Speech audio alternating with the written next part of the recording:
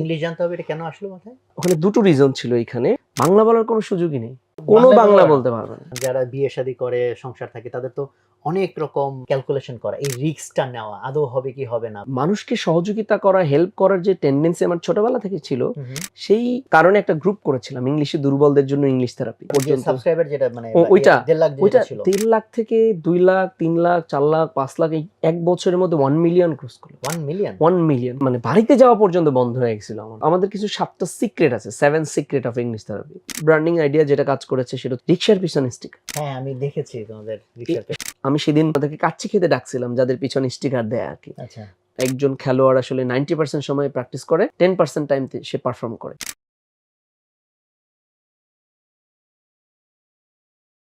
আসসালামু আলাইকুম সুপ্রিয় দর্শক, কেমন আছেন সবাই? বেশ কিছুদিন আবার বোধহয় মাঝখানে আমার গ্যাপ হয়ে গেল। আমার মাঝে মাঝেই গ্যাপ হয়, কিছু করার নাই। তো আমরা আজকে আবার উদ্যোক্তা কথার একটা নতুন পর্ব নিয়ে আপনাদের সামনে হাজির হয়েছি, এবং আজকে যার সাথে কথা বলবো তার নাম সাইফুল। ইংলিশ থেরাপি এই ওয়ার্ডটার সাথে মনে হয় বাংলাদেশে এখন একটা বড় একটা অংশ মানুষ পরিচিত, সেই ইংলিশ থেরাপির সাইফুল। আর আজকের পর্বটা আরেকটা কারণে আমার কাছে ইন্টারেস্টিং, সেটা হচ্ছে যে সাইফুলের ক্যারিয়ার শুরু হয়েছিল আমাদের সাথে, অন্যরকম ইলেকট্রনিক্সেও, এগুলো শুনবো আমরা। সো সেদিক থেকে খুব কাছের ছোট ভাই, খুবই স্নেহ করি, এবং অ্যাট দ্য সেম টাইম সাইফুলের যে প্রোডাক্টিভিটি, তার যে ভিশন, তার যে অ্যাগ্রেসিভনেস, সেখান থেকে আমরাও শিখি, আমরাও লার্ন করি, অ্যান্ড আমরা ইন্সপায়ার্ড হই, ট্রুলি স্পিকিং। সো আর বেশি লম্বা না করে আমরা চলে আসতেছি। কি অবস্থা সাইফুল? আসসালামু আলাইকুম ভাইয়া। ওয়ালাইকুম আসসালাম। কি অবস্থা তোমার? আলহামদুলিল্লাহ ভালো আছি। আপনি কেমন আছেন ভাইয়া? এই তো আছি আলহামদুলিল্লাহ। তো অনেক ভালো লাগতেছে যে তোমাকে আজকের সাথে আনতে পারছি, আলহামদুলিল্লাহ। সো আমি স্ট্রেইট প্রশ্নে চলে যাব, আর প্রশ্ন খুব বেশি হয়তো করবো না, রেদার আমি চাইবো যে তুমি তোমার মতো মন খুলে বলো। তো আমি তোমার এই উদ্যোক্তা জীবন, আজকের ইংলিশ থেরাপি আলহামদুলিল্লাহ যে জায়গায় আছে, তুমি সেগুলো বলবা। তো তুমি যদি শুরু করো তোমার ব্যাকগ্রাউন্ড থেকে, সেখান থেকে যদি একটু একটু করে আসতে থাকো আগায়, তাহলে আমি মাঝখানে মাঝখানে একটু একটু ঢুকে ঢুকে একটু প্রশ্ন করার চেষ্টা করবো। বাট আমি চাই যে আগে আমাদের দর্শকরা জানুক তোমার জার্নিটা মোটামুটি সংক্ষেপে। দেন এই জার্নির ভেতর থেকে, যেহেতু আমাদের প্রোগ্রামটা উদ্যোক্তাদেরকে টার্গেট করে করা, যারা উদ্যোক্তা অলরেডি বা হতে চায়, তারা যাতে তোমার উদ্যোক্তা জীবন থেকে শিখতে পারে। সো মোস্টলি তোমার যে লার্নিং, আমি ওটার গভীরতায় যাওয়ার চেষ্টা করবো ইনশাল্লাহ। সো তুমি যদি একটু তোমার ব্যাকগ্রাউন্ড বলো, কোথায় জন্ম হলো, কিভাবে, কোথায় কি করলা না করলা। আপনার সামনে কথা বলতে তো এমনিতেই একটু আবার একটু ভুল হলে ক্ষমা করবেন, আর দর্শকদের কাছে অনুরোধ করব যে আমি চেষ্টা করব একদম যতটুকু পারা যায়। আমরা যখন এসএসসি পাস করি বা এর 2008, 9, 10 এই সময়টা থেকেই বাংলাদেশে উদ্যোক্তাদেরকে নিয়ে কথা হচ্ছিল ভাই, মেবি রাইট, বিভিন্ন সোশ্যাল মিডিয়াতে, পত্রিকায়। ওইটা আমাকে ইন্সপায়ার করতো। তুমি আর একটু আগে যাও, একবারে তো 2000 এসএসসি তে চলে গেল। তার মানে এর আগে? হ্যাঁ, জন্ম। আচ্ছা, ওকে ভাই, আমি সাইফুল ইসলাম। আমার জন্ম হচ্ছে পটুয়াখালী জেলার মির্জাগঞ্জ উপজেলার সবচেয়ে প্রত্যন্ত গ্রামে, যেখানে আমার ইলেকট্রিসিটি আমি পাইনি। আমি যখন জন্মগ্রহণ করেছি তখন আমরা হারিকেনের আলোয় পড়াশোনা করতাম একদম ছোটবেলায়। সো ওখান থেকেই আমার বেড়ে ওঠা। আমাদের বাড়ির দরজায় মাদ্রাসা আছে, দরজা বলি আমরা, বাড়ির সামনেই মাদ্রাসা আছে। ছোটবেলায় ওখানে পড়াশোনা করেছি 8 পর্যন্ত। এরপরে হচ্ছে স্কুলে পড়া, সুবিদখালী পাইলট স্কুলে পড়েছি আমি, Rahman Isaq pilot model school, এখন এটা মডেল হয়েছে। এরপরে পড়াশোনা করছি পটুয়াখালীতে, পটুয়াখালী পলিটেকনিক ইনস্টিটিউটে সিভিল ইঞ্জিনিয়ারিং পড়েছি ভাই। সো এই হচ্ছে পড়াশোনা। এরপর ঢাকায় এসে 1-2 বছরের গ্যাপ ছিল, চাকরি করেছি, আপনাদের এখানে কিছুদিন ছিলাম, বিভিন্ন জায়গায় জব খুঁজেছি, জব করেছি। এরপর ইউরোপিয়ান ইউনিভার্সিটিতে বিএসসি করেছি 6 সেমিস্টার পর্যন্ত পড়ে। তখন হঠাৎ করে একদিন স্টিভ জবসের একটা ভিডিও আসে যে সে ড্রপ আউট, কিন্তু স্পিচ দিচ্ছে হচ্ছে স্ট্যানফোর্ডে। হ্যাঁ, স্ট্যানফোর্ডে। তখন চিন্তা করেছি যে আমি যেই প্রতিষ্ঠানটা দিয়েছি ইংলিশ থেরাপি, আমার ম্যাক্সিমাম স্টুডেন্ট আসে রাতে, আর আমার ক্লাস থাকে রাতে। তো হয়তো যদি ক্লাসে ফোকাস দিই তাহলে কোচিং সেন্টারটাই, মানে ক্লাস নিতে পারতেছি না, আর যদি কোচিংয়ে ফোকাস দিই তাহলে ক্লাসটা, তখন আমি ওইটা আসলে ড্রপ করি আর কি। এখন আবার ওয়ার্ল্ড ইউনিভার্সিটিতে ইংলিশ নিয়ে পড়াশোনা করছি। এই হচ্ছে আমার পড়াশোনার জার্নি। আর উদ্যোক্তা জার্নি যদি বলেন তাহলে আমি 9 থেকে এটা শুরু করেছি ভাইয়া। যখন 9 থেকে, হ্যাঁ 9 থেকে উদ্যোক্তা ভাইয়া আর কি, ক্লাস 9 থেকে। ওকে, কিভাবে উদ্যোক্তা? আমি আমার মামা হচ্ছে ম্যাথে পড়াশোনা করেছে আর কি, ম্যাথমেটিক্স ভালো পারতো এবং সূত্রগুলো ভালো পারতো। সো ঢাকায় এসে ওই যে সূত্রগুলো শেখাইতো আমাকে। সো আমি সূত্রগুলো নোট করে রেখেছি, আমার টেবিলে টানানো থাকতো, আমি মুখস্থ পারতাম একদম। বীজগণিতের যে সূত্রগুলো, ত্রিকোণমিতির সূত্রগুলো এগুলো মুখস্থ পারতাম। ক্লাসে যখন গিয়েছি, সুবিদখালী স্কুলে যখন পড়েছি, তখন ওইগুলো আমার বন্ধুরা চাইলো আর কি, তখন আমি ওদেরকে ফটোকপি করে দিতাম, ওরা আমাকে টাকা দিত আর কি। সো তখন আইডিয়া আসলো যে এটা ডিজাইন করে, টাইপ করে, প্রিন্ট করে যদি আমি লেমিনেটিং করে বিক্রি করি, তখন কিন্তু এটা ইন্টারেস্টিং। আমি মনে হয় 4 টাকা 5 টাকা খরচ হতো, আমি 10 টাকা করে সেল করতাম এটা।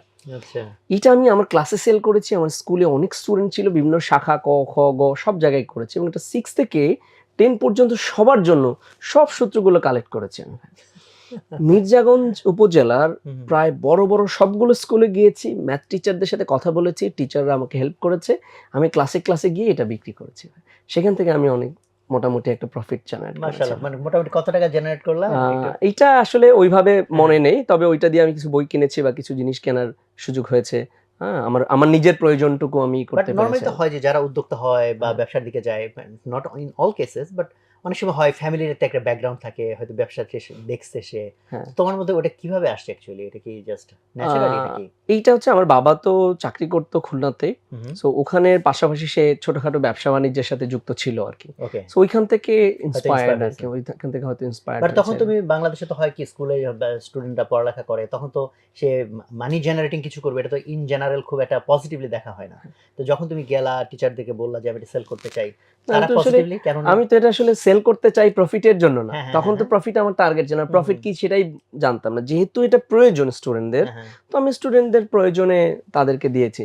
ওরা বিভিন্ন জায়গা থেকে সংগ্রহ করবে, টাইপ করবে, এটা তো করা হয় না, খাতায় লিখে রাখে। আমি টিচারদেরকে স্টুডেন্টদেরকে বুঝিয়েছি যে এটা যদি তুমি তোমার টেবিলের উপরে টানিয়ে রাখো, তাহলে তোমার যখনই ম্যাথ করতে প্রবলেম হবে, তুমি সূত্রটা দেখলে তুমি কিন্তু ইজিলি তোমার ম্যাথটা সলভ হয়ে যাবে আর কি।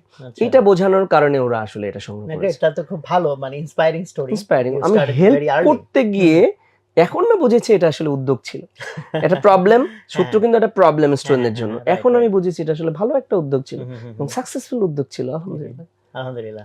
তারপরে তাহলে আমরা একটু যদি প্রোগ্রেস করি, ঢাকায় যখন আসলা, জি, সো তোমার ডিপ্লোমার পরে তখন কি তুমি জবে ঢুকে যাবা? কারণ ডিপ্লোমার পরে অনেকেই তো জবের দিকে যায়, অনেকে আবার, তো তখন তোমার অ্যাকচুয়ালি থিংকিংটা কেমন ছিল? মানে তখন তোমার উদ্যোক্তা হওয়ার চিন্তা ভাবনা এরকম কিছু ছিল নাকি?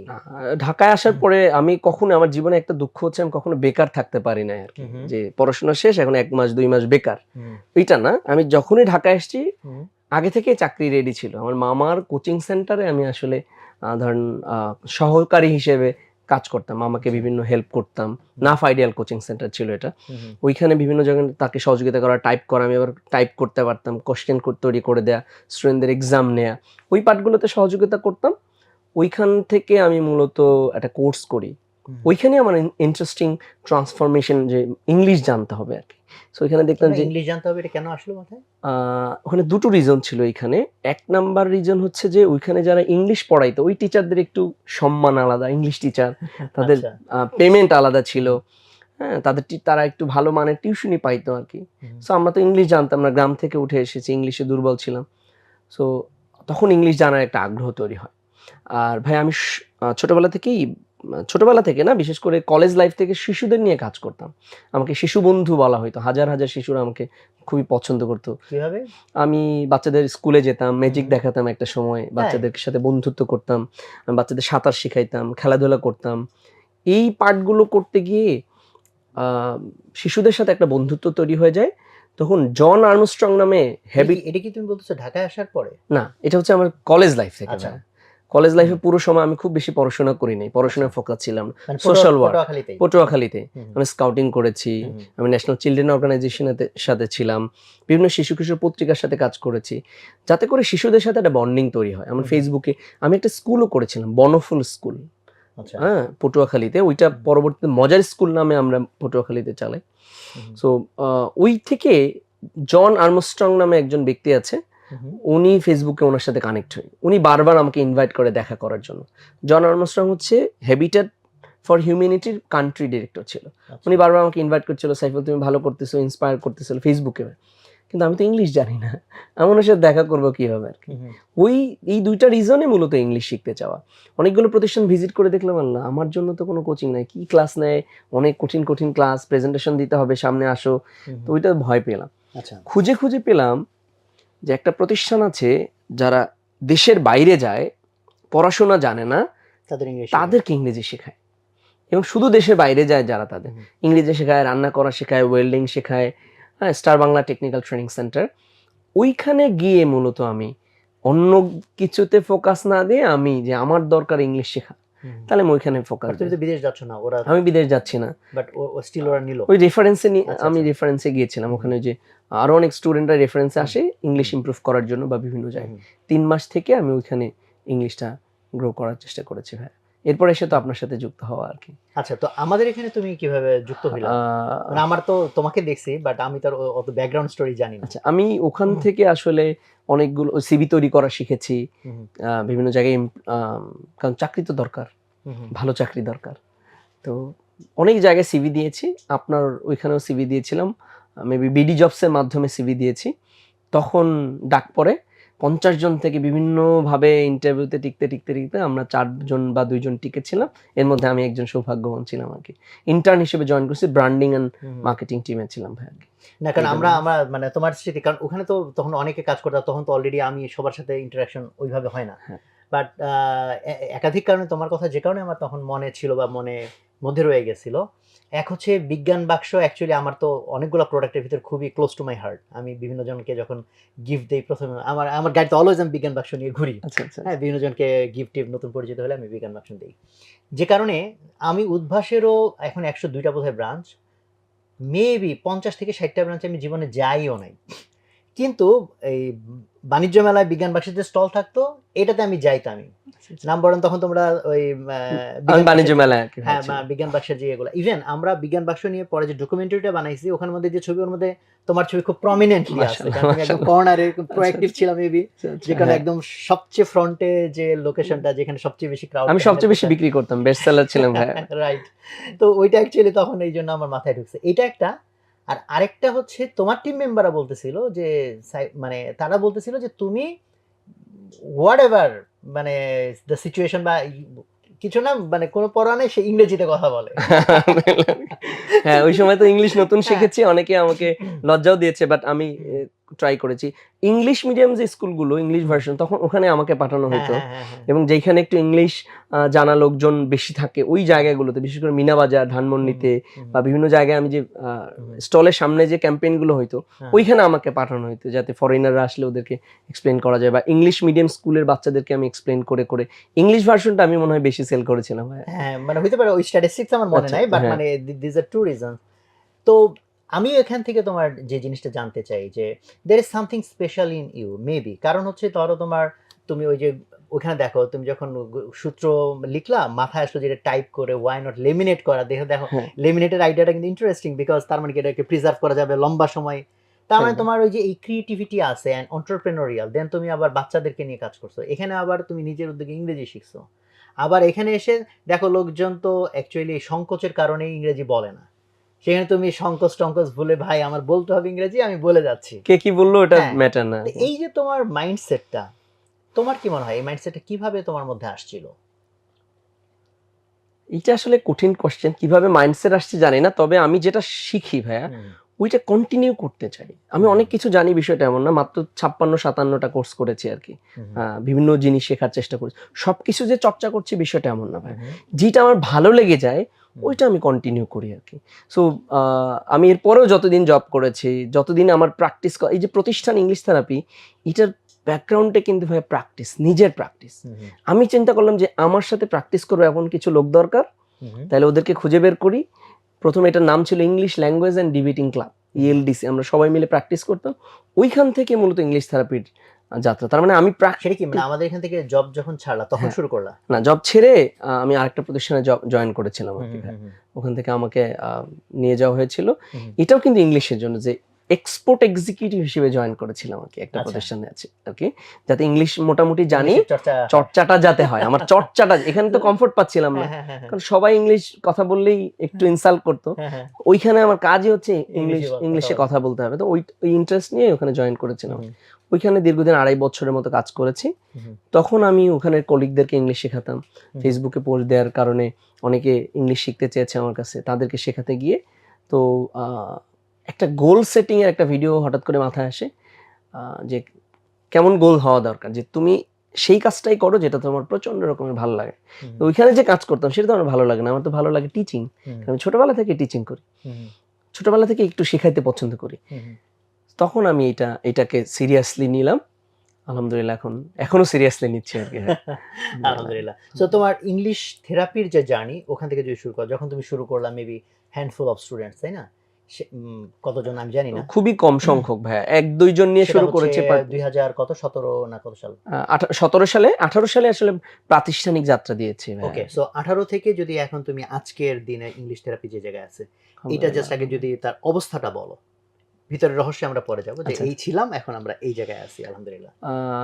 আল্লাহ শুক্রিয়া ভাইয়া, আসলে 200 স্কয়ার ফিটের অফিস নিয়েছিলাম প্রথম, 180 স্কয়ার ফিটের মতো আর কি।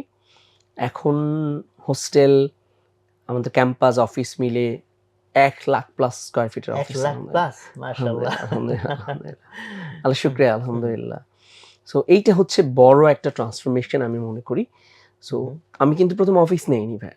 আমি যখন ইংলিশ পারি, মানুষ জানে মোটামুটি পারি, শিখতে চায়, আমি মেসে গিয়ে ইংলিশ শিখেছি, বাসায় গিয়ে ইংলিশ শিখেছি, অফিসে গিয়ে শিখেছি, বিভিন্ন জায়গায় গিয়ে ইংলিশ শেখাতাম। তখন মনে হলো যে না ঠিক আছে, তাহলে ওরা যেহেতু শিখতে পারছে, তাহলে আমি মনে হয় শুরু করলে পারবো আর কি। তো একটা কোচিং সেন্টারে 1.5 ঘন্টার জন্য, অফিসের পরে 1.5 ঘন্টার জন্য আমি একটা রুম ভাড়া নিই। ওই রুমটা ফাঁকা থাকতো, মানে সাবলেট।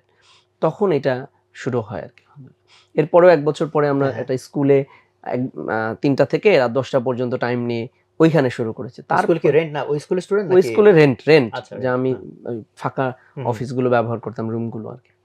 পরে 2019 সালে আর কি আমরা নতুন অফিস নেই আর কি। 17, 16 বা 18 এই সময়গুলো বিভিন্ন জায়গায় ক্লাস নিয়েছি আর কি।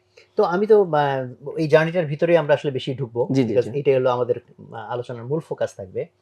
তো আমি যেটা তখন মানে জেনেছি, তুমি তোমার সাথে একদিন কথা বলতে গিয়ে তুমি তো বোধহয় টানা অনেক দিন, বোধহয় 365 দিন বা এরকম কিছু একটা লাইভ লম্বা। ক্লাস নিয়েছি। তো ওইটা কখনকার এটা স্টোরি? করোনার সময় ভাই, যখন করোনার করোনা সময়, আচ্ছা। তাহলে চলে করোনার আগ পর্যন্ত তোমার জার্নিটা যদি একটু ডেসক্রাইব করো, যে হাউ ডিড ইউ ডেভেলপ, তখন সিচুয়েশনটা কেমন ছিল? তখন ওই যে ফেসবুকে আমার মোটামুটি ফ্রেন্ড সার্কেল ছিল, তাদের মাধ্যমে আমি কিছু স্টুডেন্ট পেতাম, 5 জন 10 জন প্রতি মাসে আসতো, ওদেরকে পড়াতাম। যেহেতু স্টুডেন্ট কম ছিল, আমি জব ছেড়ে দিয়েছিলাম, তাহলে কাজ ছিল না, সারাদিন পড়াতাম আমি, সারাদিন পড়াতাম। যারা ফ্রি থাকতো সারাদিন পড়তো, বা সকালে তখন আসতো যে বিকাল অল্প আসতো। কয়টা স্টুডেন্ট তারা যে টাকা দিত, তাতে কি তোমার জব থেকে যা মানে আর্নিং সেটা কি কভার অনেক করে যেত? কম। জব যখন সুইচ করেছি তার চাইতে অনেক কম আর্নিং ছিল আমার। শুধু আমি বাসায় এফোর্ড করতে পারতাম না, একটা রুম নিয়েছি ওখানেই থাকতাম, আচ্ছা। ওখানেই অফিস, ওখানেই ক্লাসরুম। তো এই জায়গাটা একটা ইন্টারেস্টিং কোয়েশ্চেন, যারা জব করে তারা যখন এন্টারপ্রেনারশিপ চিন্তা করে, তো তাদের জন্য তো এটা অনেক বড় ডাইলেমা, বিকজ লাইফস্টাইলকে স্যাক্রিফাইস করা, কমফোর্ট জোনকে স্যাক্রিফাইস। তোমার জন্য একটা বিষয়, তখন তো তুমি বোধহয় বিয়ে করো নাই। না, না, না, না। আচ্ছা, তো এটা দ্যাট ওয়াজ অ্যান অ্যাডভান্টেজ, কারণ যারা বিয়ে শাদী করে সংসার থাকে তাদের তো অনেক রকম ক্যালকুলেশন করা, এই রিস্কটা নেওয়া, আদৌ হবে কি হবে না, প্লাস কমফোর্ট ছেড়ে দেওয়া। তো তোমার জন্য তখন কি এটা কোনো ডিফিকাল্ট ডিসিশন ছিল নাকি ইট ওয়াজ ভেরি ইজি? আমার জন্য ডিফিকাল্ট ছিল, সবার মতে, আমার মতেও ডিফিকাল্ট ছিল, কারণ আমার একটা ভালো লাইফস্টাইল ছিল, ভালো টাকার স্যালারি পেতাম, অফিস থেকে থাকার ব্যবস্থা ছিল, ল্যাপটপ ইউজ করতে দিত, সিও স্যারের গাড়িতে চড়তে পারতাম। সেই লাইফস্টাইল থেকে প্রথম মাসে 7,000 টাকা ইনকাম ভাই। কত কষ্ট, এবং পরিবারের কেউ সাপোর্ট করে নাই।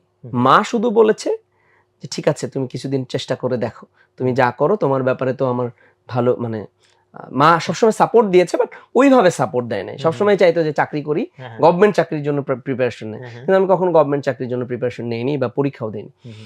সো ওইটা চ্যালেঞ্জিং ছিল, বাট আমার বিশ্বাস ছিল যে আমি পারবো। এটা বিশ্বাসটা কিভাবে তৈরি হয়েছে? জ্যাম থেকে।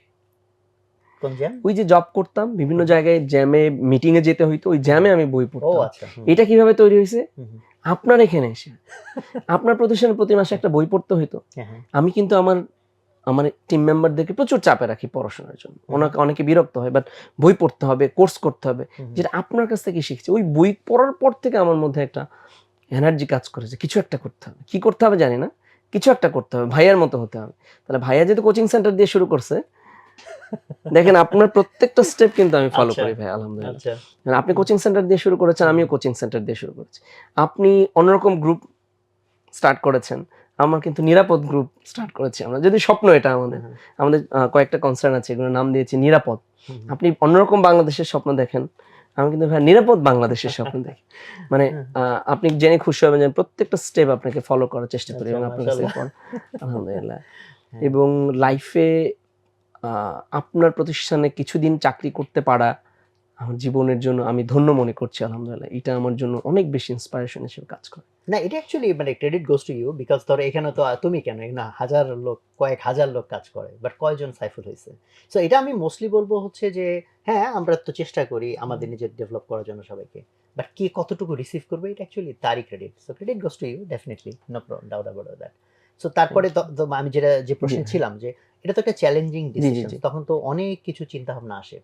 এটাকে ওভারকাম করার তুমি একটা এলিমেন্ট বলেছো যে বইপত্র পড়ে টরে যে মোটিভেশন ইন্সপিরেশন হয়েছে, তার ফলে কনফিডেন্স চলে আসে যে কিছু একটা করতে পারবো। হ্যাঁ, বাট কনফিডেন্সের সাথে এই যে তোমার কমফোর্ট জোনকে স্যাক্রিফাইস করতে হবে, সেইটার যে অ্যাটিটিউড, এটা তো কনফিডেন্স পারবো, but for the time being তো আমার লাইফ স্ট্যান্ডার্ড নিচু হয়ে যাচ্ছে, এইটাকে অ্যাকসেপ্ট করা কি চিন্তা করে এটাকে তোমার অ্যাকসেপ্ট করা সহজ হয়েছে? স্বপ্ন ভাইয়া, স্বপ্নটাই অ্যাকচুয়ালি অনেক বড় স্বপ্ন যে এক সময় অনেক বড় অফিস হবে। হ্যাঁ, আপনার একটা সিনেট ভবনে একটা বক্তব্যে বলেছিলেন যে আমাদের 1.5 লাখ স্কয়ার ফিটের অফিস।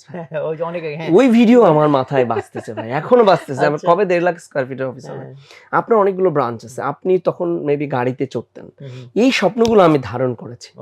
তখন আমি কিভাবে বলবো আমি জানি না, এটা পাবলিকলি বলা ঠিক হবে কিনা।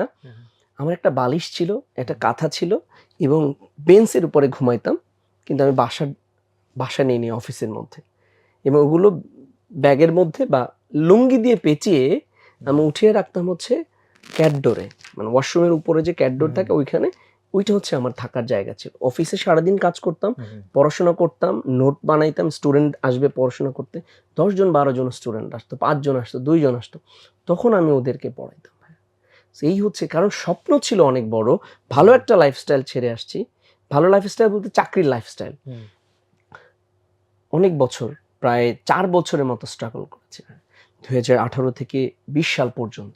সরি 18 থেকে 18, 19, 20 এই সালগুলো স্ট্রাগল করেছি। 21 সালের শুরুতে এসে মোটামুটি একটু ঘুরে দাঁড়ানোর শুরু করেছে আর কি। সো করোনার সময় তো 2-4 জন স্টুডেন্ট আসতো, সেটাও আসে না, বসে থাকি, কি করব।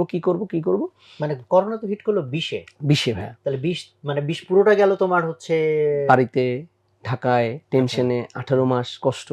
ওই সময় স্টুডেন্ট তখন ইনকাম জিরো, কিছু স্টুডেন্ট ভর্তি হইতো অনলাইনে, অল্প কিছু। আর মানুষকে সহযোগিতা করা, হেল্প করার যে টেন্ডেন্সি আমার ছোটবেলা থেকে ছিল, সেই কারণে একটা গ্রুপ করেছিলাম, ইংলিশে দুর্বলদের জন্য ইংলিশ থেরাপি। আমি যা জানতাম সব ওখানে শেয়ার করতাম, আমার কন্টেন্টগুলো শেয়ার করতাম, আমি প্রতিদিন লিখতাম, ওদেরকে বিভিন্নভাবে এঙ্গেজ করতাম। ওইখানে এখন 2.5 মিলিয়ন মেম্বার। মাশাআল্লাহ। হ্যাঁ, সো তখন ওদেরকে ইংলিশ শেখাইলাম ফ্রি। পুরো করোনার সময় 1 বছর 365 দিন এভরিডে রাত 10টা থেকে 11টা পর্যন্ত আমি লাইভে ক্লাস নিয়েছি। মানে করোনা শুরু থেকে?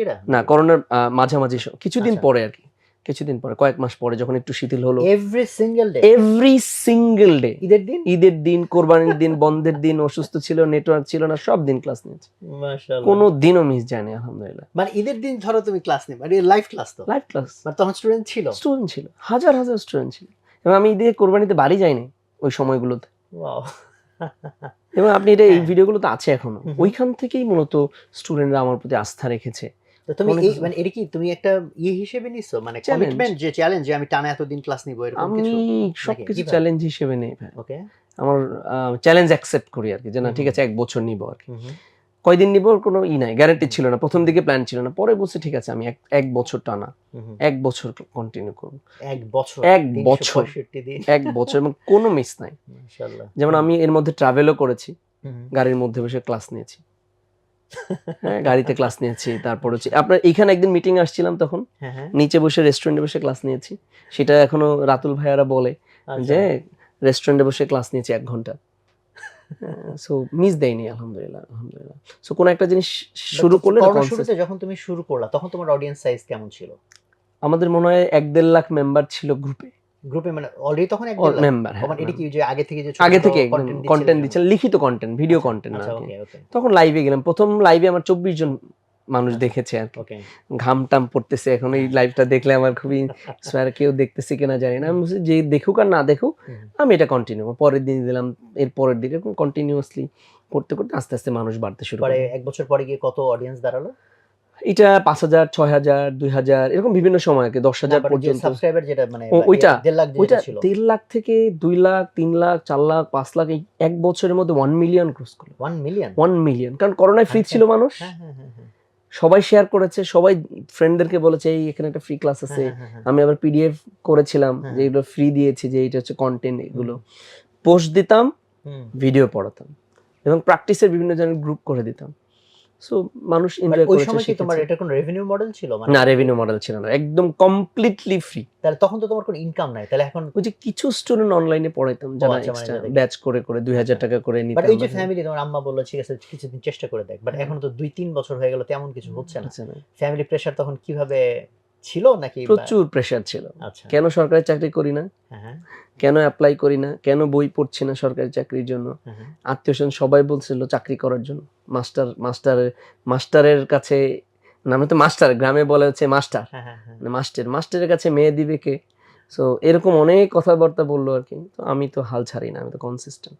তো তখন তুমি কি এটাকে অ্যানসার করতে গেছো না জাস্ট শুনলা বা শুনেছি হাউ ডিড কিছু ইউ হ্যান্ডেল বলে, ইট? যে আরেকটু চেষ্টা করে দেখি, আরেকটু চেষ্টা করে দেখি। কারণ এই সিনারির মধ্যে তো ধরো এন্টারপ্রেনাররা যেতেই হয়, তাই না? যে সবাই এটা বলতেছে সেটা বলতেছে। তবে কখনো জোর করে নাই মা, যেমন রাগ করেছি তুমি এটা করতেই হবে এমন না, বারবার পুশ করতো। বাট আমি তো বাবা মায়ের কথা ছাড়া কিছুই করিনি আর কি লাইফ। আলহামদুলিল্লাহ এখনো বাবা মা পরামর্শ দেয়, সো কখনো প্রেশার দেয় নাই। ওকে বলেছে এটা করতে হবে, আমি বলছি একটু সময় দাও, বলছি ঠিক আছে আবার একটু চেষ্টা করো, এই টাইপের কিছু একটা হলো। মা বলতো যে বনের খেয়ে নিজের খেয়ে বনের মহিষ তারাও। হ্যাঁ, তো এখন এই যে ফ্রি ক্লাস নিতাম, এটা করতাম সেটা, বাড়িতে মানে বাড়িতে যাওয়া পর্যন্ত বন্ধ হয়ে গেছিল আমার ভাই এই লাইভ ক্লাসের জন্য আর কি। সো উদ্যোক্তাদের যেটা হয় সাহস করে স্টার্ট করাটা কঠিন হয়ে যায়, স্টার্ট করে দিয়ে আবার কয়দিন পরে ভালো না করলে আবার মানে গুটিয়ে ফেলে আর কি, মানে বন্ধ করে দেয়। ওই যে আপনি ইন্সপিরেশন 7 বছরে আপনার সাকসেস আসে নাই, এমন গল্প তো আপনার কাছ থেকে শুনেছি ভাইয়া। সো ওই 7 বছর, তাহলে 7 বছর তো ট্রাই করতাম। আমি আপনার গল্প মাকে বলেছি, ভাইয়া তো 7 বছর চেষ্টা করেছে তারপর রেজাল্ট আসছে, তো আমি একটু 7 বছর পর্যন্ত করে দেখি অ্যাটলিস্ট। 7 বছরের মধ্যে আলহামদুলিল্লাহ 4 বছর 3-4 বছর পরেই আমার ভালো ফলাফল আসতে শুরু করছে। তারপরে এটা কিভাবে আস্তে আস্তে বড় বেজ দিকে টার্ন নিল? মাইন্ডের একটা ব্রেক থ্রু ঘটেছে। সাবিত রায়হান স্যারের একটা ট্রেনিং আছে, train your brain for maximum success. করোনার ওই সময়টায় তো ফাইন্যান্সিয়ালি একটু কষ্টে আছি, বা বিভিন্ন রিজনে আমি একটু ডিপ্রেশনে ছিলাম। করোনা কবে যাবে, 18 মাসের ভাড়া বাকি, বাড়িওয়ালা প্রেশার দিচ্ছিল তো তাড়াতাড়ি অফিস ছেড়ে দেন, না হলে ফার্নিচার বিক্রি করে হলেও ভাড়া দিয়ে দিতে হবে। আন্টিকে বলছিলাম, তখন মনে হচ্ছে লাস্ট মিটিংয়ে কান্নাকাটি করছিলাম আন্টির সাথে, যে আমাকে আরেকটা মাস সময় দেন, আমি একটু ঘুরে দাঁড়ানোর চেষ্টা করি, আপনার সব টাকা আমি ফেরত দিয়ে দিব। সো আমাকে কিছু মেন্টর আমাকে হেল্প করেছে, যে আমি তখন কিভাবে কাটবেন জানি না, মানে ওই সময়টা ছেড়ে দেওয়ার উপক্রম, যে না এখন আর পারছি না, এখন ছেড়ে দিব। আমি কয়েক জায়গায় কথা বলেছি, চাকরি করব, ভালো অফারে আবার চাকরি পাচ্ছি, চাকরি করব, কিন্তু প্রতিষ্ঠান ছেড়ে সবকিছু বিক্রি করে বাড়ি ভাড়া দিয়ে দিব আর কি, করোনার শেষ মুহূর্তে। তারপরে গিয়ে আসলে তখন তো অলরেডি তোমার প্রায় 1 মিলিয়ন ফলোয়ার হয়ে গেছে, টাকা তো আসতেছে না। আচ্ছা, বাট মানে তুমি এটা বুঝতেছিলা যে এটাকে কিভাবে টাকাতে কনভার্ট করব কিভাবে পারতেছি না আর কি। সো তখন একদিন মনে আছে আমার, অনলাইনে যারা ক্লাস করে এরকম অনেক মানুষ আছে যাদেরকে বলেছিলাম যে আমাকে কিছু মানে টাকা দেয়া যায় কিনা, যে আপনারা যে ক্লাস করেছেন খুশি হয়ে যে যা টাকা দেন, 1 টাকা 2 টাকা 5 টাকা। সো মজা করেই বলছিলাম, প্রচুর মানুষ আমাকে টাকা দেওয়ার জন্য কমেন্ট করছে, 5,000 2,000 1,000 500 টাকা 100 টাকা এরকম প্রচুর মানুষ কমেন্ট করছে। আমি শুধু বিকাশ নাম্বারটা দেইনি ওই দিন। হ্যাঁ, তো ক্লাস শেষ করে 3 বছর 365 দিন ক্লাসের পরে অনেক গিফট পাঠিয়েছে আমাকে, কিন্তু আমি টাকা নেইনি ভাই। তো টাকা নিলে হয়তো কিছু একটা হইতো আর কি, কিন্তু টাকাটা নেইনি, যেহেতু আমি কমিটমেন্ট ছিল ফ্রি ক্লাস করাবো আর কি। সো ওই সময়টায়, এই স্ট্রাগলের পিরিয়ডটায় আমি সাবিত রায়হান স্যারের একটা ক্লাস করি ভাই, ওইখানে মাইন্ডের ব্রেক থ্রু ঘটে। কোর্স কি ইয়াতে ছিল, অনলাইনে ছিল? অনলাইনে না, অফলাইনে আর কি। করোনার একদম শেষের দিকে ফ্রাইডেতে জব বাটার একটা ছিল, ডেলং একটা হয়, ডেলং যে সেশনগুলো হয়, এরকম একটা বোধহয় কোর্স ফি আছে, তাই না? তো স্যারের সাথে নামাজ পড়তে যাই, ওই সময় স্যার জিজ্ঞেস করলো তোমার লাইফের স্বপ্ন কি? তখন তো স্বপ্ন খুঁজে পাই না, স্বপ্ন তো নাই, বড় বড় কিছু করতে চাই। একটা financial struggle, but owner course তো বোধহয় ধার করে ভাই, আচ্ছা ধার করে 5,000 কয় টাকা জানি ছিল। হ্যাঁ হ্যাঁ, বাট তোমার মধ্যে So, ওইটা কিভাবে তৈরি হলো যে ধার করে হলো এই কোর্সটা করা দরকার? ওই যে ভিডিও দেখেছি যেটা করে অনেক মানুষ সাকসেস হয়েছে, okay, তাহলে আমি হ্যাঁ। নিশ্চিত এখানে গেলে কিছু না কিছু হবে, হ্যাঁ হ্যাঁ হ্যাঁ রিস্ক নেওয়ার তো ক্যাপাসিটি আছে, চাকরি ছেড়ে আসি এখানে, হ্যাঁ হ্যাঁ। তখন ওইটা নিয়েছি আর কি। আমি মনে হয় কার কাছ থেকে যে ধার করেছিলাম, তারপরে হচ্ছে কোর্সে জয়েন করেছি আর কি। তারপর কিভাবে ব্রেকথ্রুটা হলো? সাহসটা বেড়ে গেছে, যেই প্রবলেমগুলো, এমন কোনো কথা বা এমন কোনো কিছু মানে এনিথিং যেটা মানে একদম প্রিসাইজলি বলে ঠিক এইটার কারণে আমার চেঞ্জটা আসছে? এটা বলছিলাম যে লিফটে বসে কথা হচ্ছিল যে কি করতে চাও লাইফের, স্বপ্ন কি, তো সম্ভব, কিভাবে সম্ভব, বলছে এইভাবে তুমি চেষ্টা করলে, তুমি যেভাবে করতেছো এইভাবে সম্ভব। সো স্যার কিছু পরামর্শ দিয়েছিলেন ওইভাবে, যেমন এই লাইভ ক্লাসটা কন্টিনিউ করা, এটাকে সেল কনভার্ট করা। তখন আমরা 1-to-1 প্রাইভেট কেয়ারটা চালু করে ভাই আর কি, মানে একা একা যদি কেউ পড়তে চায় তাহলে একটু বেশি পেমেন্ট দিয়ে পড়বে। তখন কয়েকজন নক দিয়েছে যে না ঠিক আছে স্যার, আমি লাইভ ক্লাসে তো আসলে করছি, তারপর আপনার কাছে পার্সোনালি পড়তে চাই, সারাদিন ফ্রি থাকি। ওই জায়গায় কিছু টাকা জেনারেট হয়েছে, তখন একটু আনন্দ লাগতেছিল, বাসা ভাড়াগুলো দিতে পারছিলাম। ওই মুহূর্তে স্টুডেন্টরা বই লিখতে বলে, মানে সাবিত স্যারই মূলত, ভুলে গেছি আর কি, হ্যাঁ মানে সাবিত রায়হান স্যারই বই লিখতে উৎসাহিত করেছে। আমি ভাবতাম আমার বই কে পড়বে, বলে তুমি বই লেখো, তোমার স্টুডেন্ট পড়ার জন্য অনেক মানুষ আছে। তো পিডিএফ বই বিক্রি করলাম 99 টাকা, 99 টাকা করে পিডিএফ বিক্রি করেছি, আসলে অনেক মানুষ বই কিনেছে। ওইখান থেকে সাহস করে ঠিক আছে তাহলে বই বের করি। বই বের করার টাকাটা পর্যন্ত আমার কাছে ছিল না ভাই। সো আমার পাঠকদের প্রতি আমি এত কেন কৃতজ্ঞ, প্রথম বইটা তারা আমাকে টাকা দিয়েছে আগে আমার বিকাশ নাম্বারে। আচ্ছা, মানে আগে তুমি প্রি অর্ডার নিয়েছি, প্রি অর্ডারে আমার মনে হয় যে 100 টাকার মতো ডিসকাউন্ট দিয়েছিলাম, যারা আগে টাকা দিবে তাদেরকে ডিসকাউন্ট। ওই টাকা দিয়ে আমি আসলে, কতজন টাকা দিল? আমার প্রায় 500 মানুষের মতো আমাকে টাকা পাঠিয়ে দিয়েছে, অন্ধভাবে বিশ্বাস করে, ভালোবেসে, কারণ আমাকে চিনে না কেউ, অনলাইনে পরিচয়, আমার বিকাশ নাম্বারে টাকা পাঠিয়েছে। ওই টাকা থেকে আমি প্রেসকে টাকা দিয়েছি, ওনারা বই ছাপিয়েছে। তখন আমার কোনো প্রকাশনী, আমি অনলাইনে কয়েক জায়গায় যোগাযোগ করলাম যে আমার বইটা ছাপানো যায় কিনা, কোনো প্রকাশনী রাজি হয় নাই, যে আমাকে তো চিনে না, আমি তো সেলিব্রিটি না, যে কয় কপি ছাপাবেন এবং টাকা আগে দিতে হবে প্রকাশনীর কাছে। এখন মানে আমরা যারা ছোট লেখক তাদেরকে টাকা আগে দিতে হয়, তারপরে বই ছাপিয়ে দেয়, এরকমটাই তো মনে হয়। তখন আমি নিজে ছাপালাম আর কি। তারপর বই ছাপানোর পরে তো আলহামদুলিল্লাহ বই মানুষ কেনা শুরু করলো। তারপরে রকমারির সাথে পরিচয়, রকমারির সাথে আগে থেকেই পরিচয় ছিল। রাতুল ভাইয়ের সাথে কথা বলে একদিন আসলাম, আসার পরে বইগুলো দেখালাম, কিছু ভিডিও করলাম। আর আমার ওই সময় আমি 100 ভিডিও করে আলাদা আলাদা করে কোর্স, আমার যে পুরো কোর্স আমি করাতাম ওইটাই 100 ভিডিও সোশ্যাল মিডিয়াতে দিলাম, এখনো আছে। সো ওই ভিডিও দেখে আর হচ্ছে বই পড়ে, তো বই যে কিনে সে ভিডিও দেখে কোর্স করতে পারতেছে, কোথাও ভর্তি হওয়া লাগতেছে না, এটা আরেকজনের সাথে শেয়ার করতেছে। এবং প্রমোশন, আমি তো ব্র্যান্ডিং টিমে ছিলাম আপনাদের, কিছু কিছু ব্র্যান্ডিং শিখেছি, কিছু প্রমোশন শিখেছি। ওই জায়গা থেকে মূলত আলহামদুলিল্লাহ একটা ভালো সেল জেনারেট হলো, রেভিনিউ জেনারেট হওয়া শুরু করলো। এই আস্তে আস্তে আস্তে ঘুরে, এর মধ্যে আমি সাবিত রায়হান স্যারের মেন্টরশিপ প্রোগ্রামটা নেই, পুরো মান্থলি, প্রতি মাসে একবার স্যারের সেশন পাই। স্যার আমাকে প্রচন্ড পছন্দ করেন, কোনো প্রবলেম হলে স্যারকে জানাই, একজন মেন্টর তো লাইফে দরকার। সো আমি স্যারকে মেন্টর হিসেবে পেয়েছিলাম, স্যারকে ফোন দিতাম, টেক্সট করতাম, স্যার এটা কিভাবে করবো, এটা কিভাবে করবো, স্যার আমাকে গাইডলাইন দিতেন, ওই অনুযায়ী কাজ করতাম। আমি প্রচুর অ্যাকশন মাইন্ডেড। হ্যাঁ, সাবিত ভাইয়ের সাথে যখন তোমার বিষয়ে কথা হয় তো খুব একটা হচ্ছে যে ও হচ্ছে হলো যেটা বলা হয় যে না হি মিনস ইট, সে এটা করে। তোমার বিষয়ে এটা হচ্ছে সাবিত ভাই মানে সবচেয়ে কমন যেগুলো কমপ্লিমেন্টের মধ্যে একটা, যে he is very action oriented. ধরেন কোনো পরামর্শ দিচ্ছে, স্যারকে একটু টাইম, স্যার একটু টাইম দেন, আমি একটু ফোন দিয়ে অ্যাকশনটা আগে নেই, ফোন দিয়ে বলতে এটা করেন, এরপরে আবার কথা শুরু করি, মানে অ্যাকশন ইনস্ট্যান্ট। মানে আমাদের যে ভ্যালুজ আছে ভাই, এর মধ্যে প্রথমটা হচ্ছে গ্রোথ মাইন্ডসেট, পরেরটা হচ্ছে অ্যাকশন মাইন্ডসেট। মানে অ্যাকশন, টিএনটি যেটাকে বলি আমরা, টুডে নট টুমরো, কালকে না আজকেই করতে হবে, এখনই করতে হবে। এই ধরনের মাইন্ডসেটটা থাকাতে আমার রেজাল্টটা খুব দ্রুত ভিজিবল হয়েছে আর কি। আচ্ছা, এরপরে কি তুমি ওই যে তোমার এখন যেটা সবচেয়ে ফ্ল্যাগশিপ আইটেম, যে এই যে স্টুডেন্টরা আবাসিক থাকে এবং খুব অল্প সময়ের ভিতর তারা ইংলিশ শিখে ট্রান্সফর্ম হয়, এবং তোমার এইটা তো বিশেষ করে আরজি কিবরিয়া শোতে তো এটা অনেক বছর ভাইরাল হয়েছে। আমি ইভেন এনবিআর এ গেছি, এনবিআর এর মেম্বার মানে চেয়ারম্যানের পরেই যিনি, তো উনি কি একটা প্রসঙ্গে মানে তোমার কথা আমি বলি নাই, উনি বলতেছেন যে একজন তো ইংরেজি শেখায় এরকম এরকম বা মানুষজন ট্রান্সফর্ম হয়ে গেছে। তো আমি দেখলাম যে অনেক মানুষের কাছে ছড়াইছে, বা রিসেন্ট কথা না, তাও মানে একটু বোধহয় 2-1 বছর আগের হ্যাঁ কথা। আপনি বলেছিলেন হ্যাঁ, তোমাকে হ্যাঁ। বলছিলাম। তো মানে সেই জায়গাটা যদি যাও, যে তোমার ওই প্রোগ্রাম যেটা, সেটার দিকে তুমি কিভাবে গেলা, কিভাবে চিন্তা করলা? ভাই ওই যে সারা বাংলাদেশ থেকে স্টুডেন্ট আমার অনলাইন ক্লাস করেছে, হুম, ওরা যখনই করোনা শেষ হয়েছে অফলাইন শুরু করেছে, ওরা আসতে চায়, ওরা এসে ক্লাস করতে চায়। সো ওরা আসতেছে, এসে নিজেদের মতো করে থাকছে, কষ্ট হচ্ছে, আবার অনেকে ফোন দিচ্ছে স্যার আমাদের একটু বাসা ব্যবস্থা করে দেন। আসতে চায় কিন্তু গ্রাম থেকে, গ্রাম থেকে এসে আমার কাছে পড়তে চায়। তোমার অডিয়েন্সের বেশিরভাগ ছিল গ্রামের? বেশিরভাগ গ্রামের, কারণ হুম। করোনার সময় তো সবাই গ্রামে চলে গেছে, ঢাকায় যারা ছিল তারাও গ্রামে গেছে। সো তখন আমি একটা মেস রেখে দিয়েছিলাম যে ঠিক আছে তাহলে ওই মেসে ওঠো, তোমরা নিজেরা টাকা পয়সা দিয়ে থাকো।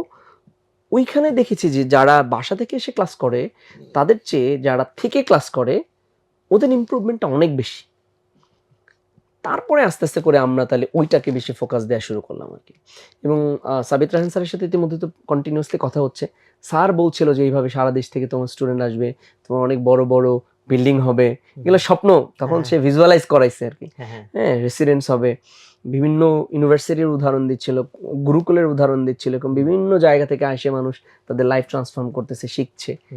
তখন সাহসটা পাই আসলে, তখন একটার পর একটা আবাসিক ব্যাচ চালু হয়। তো এখন তোমার তাহলে কি অবস্থা, কতগুলো ব্যাচ চলে বা কতগুলো বিল্ডিং? বা আলহামদুলিল্লাহ ভাইয়া সব মিলে প্রায় 150 ব্যাচ চলছে আমার এই মুহূর্তে। আমরা তো আসলে জায়গা দিতে পারছি না, আমাদের অনেক আগে থেকে সিট বুকিং করতে হয়।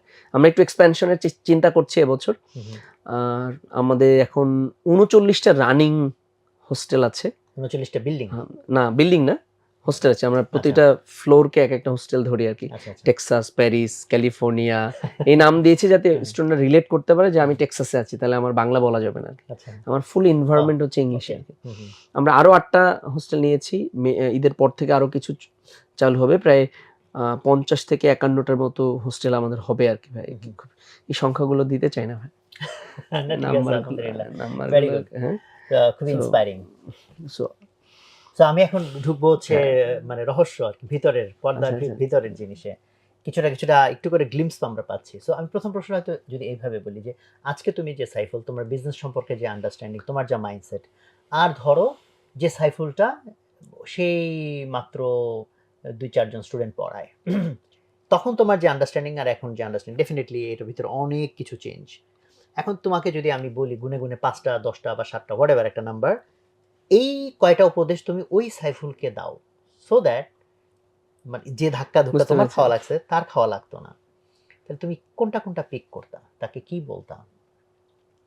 একটা যেটা বলতে পারি হচ্ছে আমার এখন লার্নিং এর উপরে যে অ্যাগ্রেসিভনেস পড়াশোনার ব্যাপারে, ওইটা যদি প্রথম থেকে থাকতো, প্রথম টুকটাক পড়তাম, পড়াশোনা করতাম, বাট এত সিরিয়াস না। আমি অফিসে ঢুকেই প্রথম পড়াশোনা করি, সব কাজ বন্ধ, 9টায় ঢুকলে 11টা পর্যন্ত স্টাডি করি। লিড টাইম বলি, এই টাইমে নো এন্ট্রি জোন, কেউ আসতে পারবে না আমার রুমে। এটা আমি যাব তোমার এখনকার লাইফস্টাইল প্রোডাক্টিভিটি নিয়ে যাব। সো এটা যদি আমি ওই সাইফুলকে বলতে পারতাম যে বাবা তুমি এই অন্য অন্য যে কাজগুলো করো এটা রেখে প্রতিদিন একটু পড়াশোনা করো, একটু ভালো মেন্টরশিপ নাও, একটু ভিডিও দেখো, আরো যদি অ্যাগ্রেসিভ হতাম পড়াশোনার ব্যাপারে তাহলে আরো ভালো করতাম। আরেকটা হচ্ছে আমি মানে খুব প্রাউডলি বলতাম যে আমি চিফ এভরিথিং অফিসার, আমি সব পারি, আমি সব করি, সিইও। এইটা যে আসলে ভুল, এটা এখন শিখেছি যে আমাকে তো আসলে চিফ নাথিং অফিসার হইতে হবে। লিডারদের একটা কাজ হচ্ছে এম্পাওয়ার করা, মানে আমি আরো লিডার তৈরি করবো, তাই না? আমি সবাইকে ইন্সপায়ার করি যে এটা করো, এটা করো, এইভাবে করো, এইভাবে শিখতে। সো তখন আমি সব একা করতাম। আমার টিম মেম্বার নেওয়া শুরু করেছি খুবই পরে, করোনার পর থেকে। এর আগে তো আমি একা একাই কাজ করতাম আর কি। ঝাড়ুও দিতাম আমি, দরজাও খুলতাম আমি, কোয়েশ্চেনও বানাইতাম আমি, সবকিছু আমি করতাম আর কি। সো ওইটা একটা ভুল ছিল। সো এখন যদি যারা নতুন শুরু করবে তাদের আসলে টিমের উপরে এম্পাওয়ার, মানে টিমকে এম্পাওয়ার করা উচিত, এটা একটা। আর আরেকটা হচ্ছে কনসিস্টেন্সি তো আমার আগে থেকেই ছিল। আর কি বলবো ভাই, দেখো আর কি কি বলা দরকার তাকে। ঠিক আছে, এখন মনে না আসলে আমাদের আলোচনার ভিতরে আমরা ঢুকে যাব। সো তোমার এই যে যখন থেকে তোমার গ্রোথ শুরু হলো, তারপর থেকে ধরো সেটা 2000 কত বলা যায় 21 বা 22, আর আজকে 2025 হিট করেছে, এই 3 বছর। এই 3 বছরও ডেফিনেটলি তুমি ট্রান্সফরমেশনের মধ্যে দিয়ে গেছো। হ্যাঁ, I could feel it because তোমার সাথে আমার টাইম কথা হয়। এই জায়গার ট্রান্সফরমেশনের পিছনের ফ্যাক্টরস গুলো কি কি, বা এইখানে যদি তোমার আন্ডারস্ট্যান্ডিং রিয়েলাইজেশন গুলো বলো। এখানে একটা হচ্ছে ট্রেনিং, প্রচুর ট্রেনিং করেছি, লার্নিং করেছি, এটা কন্টিনিউয়াসলি করেছি, কনসিস্টেন্টলি করেছি। আরেকটা হচ্ছে ভাই কিছু অনলি কোয়ালিটি পিপলদের সাথে মিশেছি। যেমন আপনাকে প্রচুর বিরক্ত করেছি, আপনার সাথে সেশন নিয়েছি, আপনার কাছে এসেছি। এবং আমার মনে আছে যে আমি সকালে এসেছি, আপনি যাওয়ার সময় একটু দেখা হয়েছে আপনার সাথে। সারাদিন বসেছিলাম আপনার সাথে দেখা করার জন্য। এমন দিনও আমার এখানে গিয়েছে আলহামদুলিল্লাহ। এমন আরো কিছু কিছু লোক যেমন জেসিআই এর সাথে কানেক্টেড, ফাউন্ডার্স কমিউনিটি ক্লাবের সাথে কানেক্টেড, এখান থেকে পিক করে কিছু সাকসেসফুল মানুষদের সান্নিধ্য আমি পেয়েছি। যেমন ইউ বিকাম ইউর অ্যাসোসিয়েট, মানে অ্যাসোসিয়েশন। আমি যাদের সাথে চলবো তাদের কাছ থেকে কিছু কথা বলা চলা ওই জিনিসগুলো শিখে শিখে আমি কি যেন কোশ্চেন ছিল ভাই, এই যে তোমার এখনকার এই লাস্ট 3 বছরের ট্রান্সফরমেশন গুলো, এই ট্রান্সফরমেশন গুলো এইভাবে এসেছে। প্রত্যেকটা জায়গা থেকে আমি আসলে কিছু না কিছু শেখার চেষ্টা করছি আর কি। ওগুলো একটু আমাদেরকে বলো, সো দ্যাট ওই যে তোমার ওই আর্লিয়ার সাইফুলকে আমরা ওটা কনভে করতে পারি। যেমন আপনার এখান থেকে শিখেছি কালচারটা কি হবে, টিম কালচার কিভাবে তৈরি করে। যেমন আপনার এখানে ভাইয়া কালচার, তো আমার এখানে তো টিচিং ইনস্টিটিউট, আমি ভাইয়া বললে স্টুডেন্টরা যখন আমাকে ভাইয়া বলবে তখন ওই সম্পর্কটুকু ওইভাবে গ্রো করে না, লার্নিং যে অ্যাকসেপ্টেন্স বা টিচারকে অ্যাকসেপ্ট করার। আমার ওইখানে স্যার কালচার, মানে মিউচুয়াল রেসপেক্ট। স্যার কালচার বলতে আমার যিনি গার্ড তাকেও আমি স্যার ডাকি, সেও আমাকে স্যার ডাকে, আমার খালাদেরকে আমরা ম্যাম ডাকি। সো ওই পুরো মিউচুয়াল রেসপেক্টের একটা কালচার, এটা কিন্তু আপনার এখান থেকে শিখেছি। আবার এই যে চিফ নাথিং অফিসার হইতে হবে বা এটা শিখেছি যে সিআর একটা প্রোগ্রামতে হোস্ট দ্য ফাউন্ডার্স থেকে আমি শিখেছি। আসিফ ভাই একটা আলোচনা করছিলেন যে ভাইকে কোশ্চেন করছিলাম যে ফাউন্ডার্সদের আসলে কাজ কি, ফাউন্ডার এন্ড সিও বা আমাদের আসলে কাজটা কি।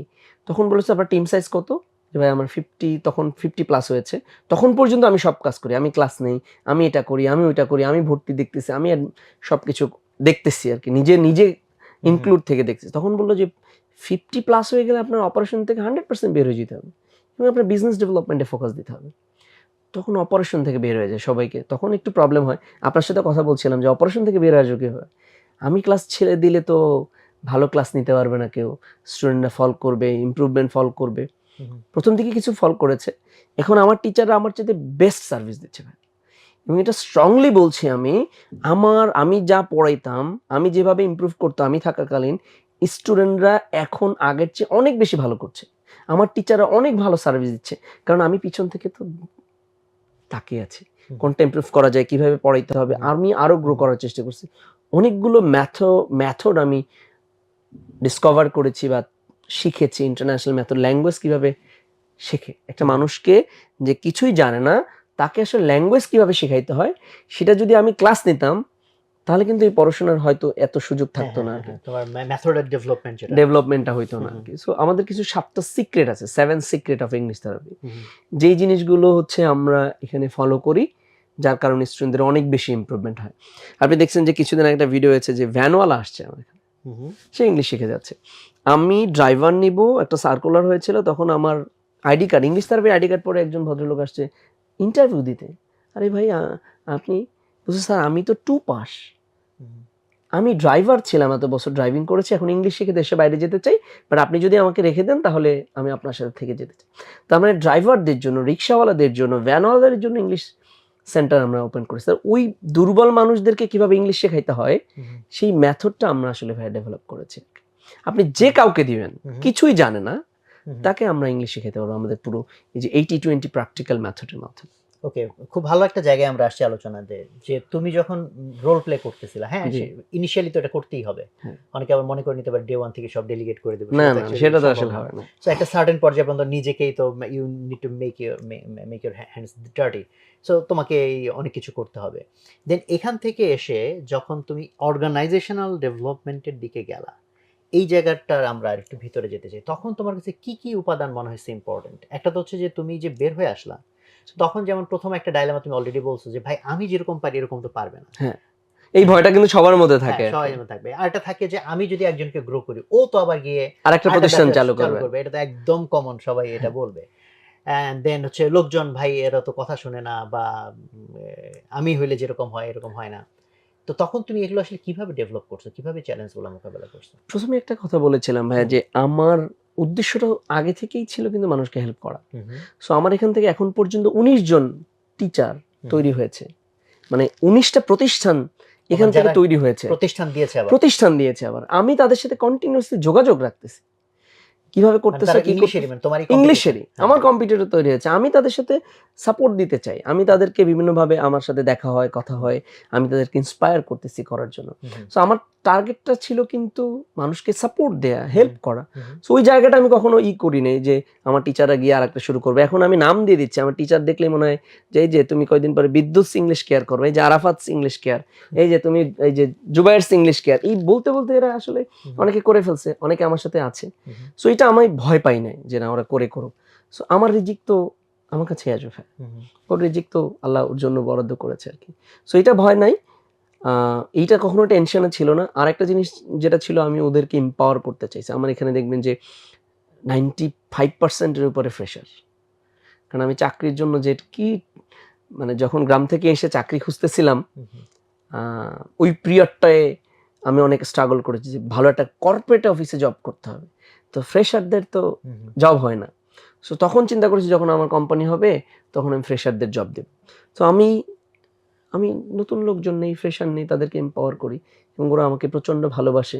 আমি প্রচুর প্রেশারে রাখি, পড়তে হবে, গ্রো করতে হবে, প্রচুর হার্ডওয়ার্ক করতে হবে, মানে গ্রোথের প্রেশার, যে তোমাকে গ্রো করতেই হবে, তোমাকে পারতেই হবে। যার কারণে 6 মাসে 1 বছরে আমার টিম মেম্বারদের মধ্যে যেই পরিমাণে গ্রোথ হয়, আমি দেখেছি ভাই অন্যান্য কোম্পানিতে 1 বছর 2 বছর থাকলেও 5 বছর থাকলেও ওইটুকু গ্রোথ হয় না। কর্পোরেট এটিকেট শেখে, ওর কাজটুকু করতে শেখে, ওকে ইয়ারলি রিপোর্ট অনেকে তো এই জায়গাটাও বলে যে জব সুইচিং বেড়ে যায়, ওরা হয়তো ভালো ভালো অফার পায়, সেটা তোমার ক্ষেত্রে কিভাবে ব্যালেন্স করো? বা আমি তো চাই, আমি এটা সবাই ওপেনলি বলি, আমার টিম মেম্বারদেরকে 50% মানে ডাবল স্যালারি দিয়ে নেওয়ার মতো অনেক মানুষ আছে। আমি টিম মেম্বারদেরকে এমনভাবে তৈরি করি ও মার্কেটে যাতে ডাবল স্যালারিতে যেতে পারে। আবার এত বেশি ভালোবাসি, ট্রিপল স্যালারি দিলেও যাবে না। আর রিচার্ড ব্রানসনের মেবি একটা আছে এরকম যে train your team member so much, এই টাইপের একটা কথা আছে যেটা আসলে আমি এটা ফলো করি ভাই আর কি। I love my team member very much, ওদের জন্য জান পরাণ দিয়ে দিতে চাই, ওদের বিপদে সবার আগে আমি থাকি, সবার আগে লিটারেলি ভাই। ওদের আমি উদাহরণ দিব কিনা, ওদের বিয়ের শাড়িটা পর্যন্ত আমি কিনে দিই আমার টাকা, ওদের চিকিৎসা খরচ, ওদের পারিবারিক যদি প্রবলেম হয় ওই জায়গাটা আমি সাপোর্ট দিই। আমাদের একটা স্লোগান আছে ভাই, লেটস গ্রো টুগেদার, এটা সত্যিকার অর্থেই আমি ফলো করি। আমরা সবাই গ্রো করতে চাই। আমি যে টাকা কোচিং করি, ট্রেনিং করি, ওদেরকে ওই টাকা ট্রেনিং করে। আমি যে ড্রেস পরি সেম মানের ড্রেস, কিছুদিন আগে একটা ছবি ছেড়েছি আমার দারোয়ানের সাথে, আমরা সবাই সমান, একই হুডি পরেছি আমরা, আমাদের কোনো পার্থক্য নেই, আমরা সবাই মিলে গ্রো করতে চাই। যার কারণে প্রতিষ্ঠানের প্রত্যেকটা টিম মেম্বার প্রতিষ্ঠানকে ওন করে।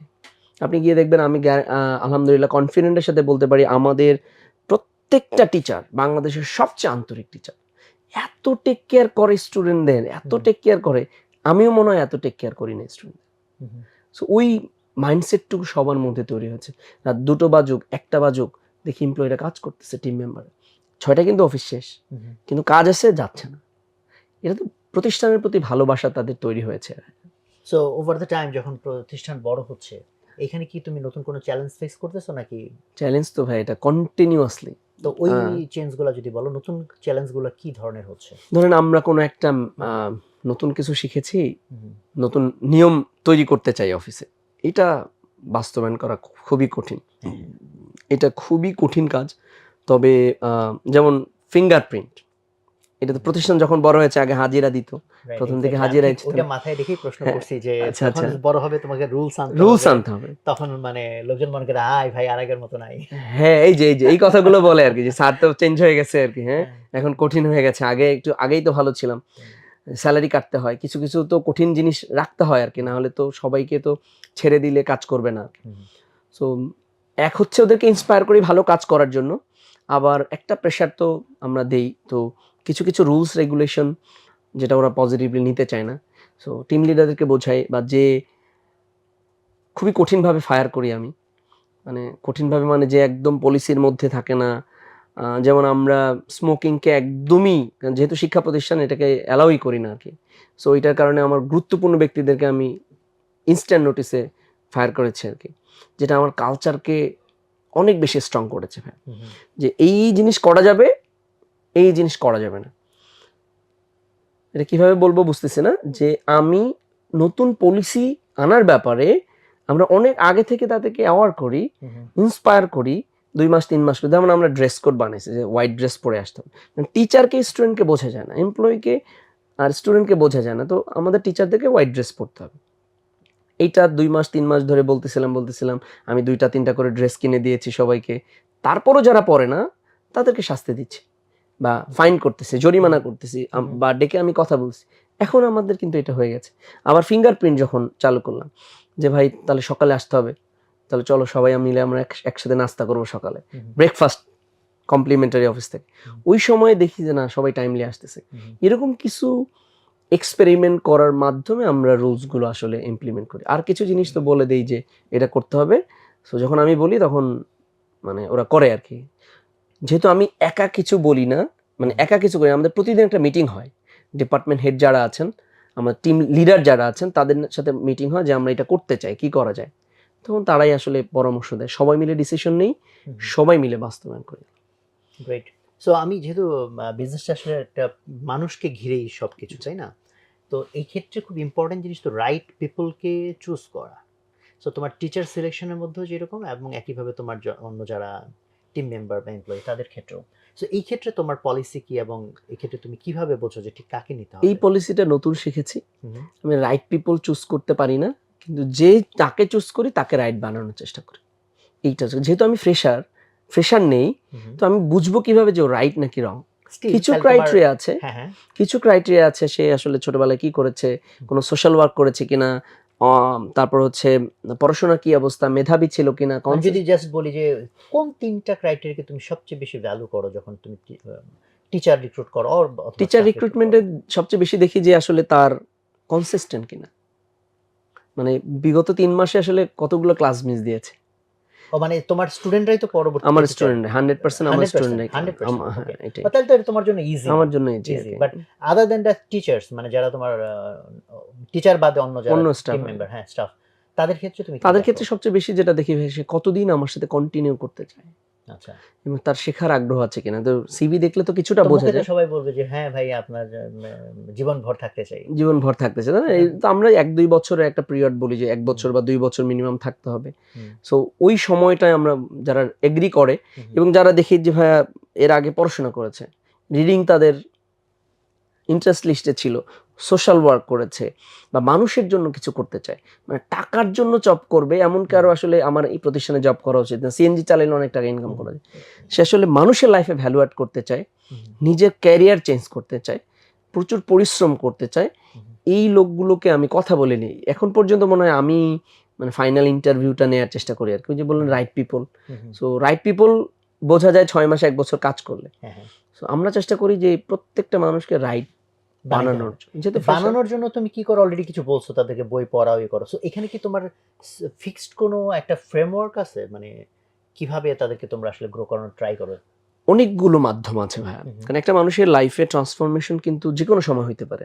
মাইন্ডসেট চেঞ্জ হয়ে গেলেই তার ট্রান্সফরমেশন হয়ে যাবে। তো আমরা প্রতি মাসে একটা মিটিং রাখি, আমি যেটা আমরা পিএমএস মিটিং বলি, সাবিত রাহান স্যার সবাইকে নিয়ে। সাবিত রাহান স্যারের কোর্স থাকে। টোটাল এখন তোমার মানে আমার 143 জন আজকে পর্যন্ত জানি, এবং হোম অফিস করে এরকম অনেকজন, সব সহ ভাই 150 প্লাস আলহামদুলিল্লাহ। এটা নিয়ে একদম হোম অফিসে, হ্যাঁ সবগুলো আমরা ছাদে করি, এখন বাইরে করতে পারি না আর কি।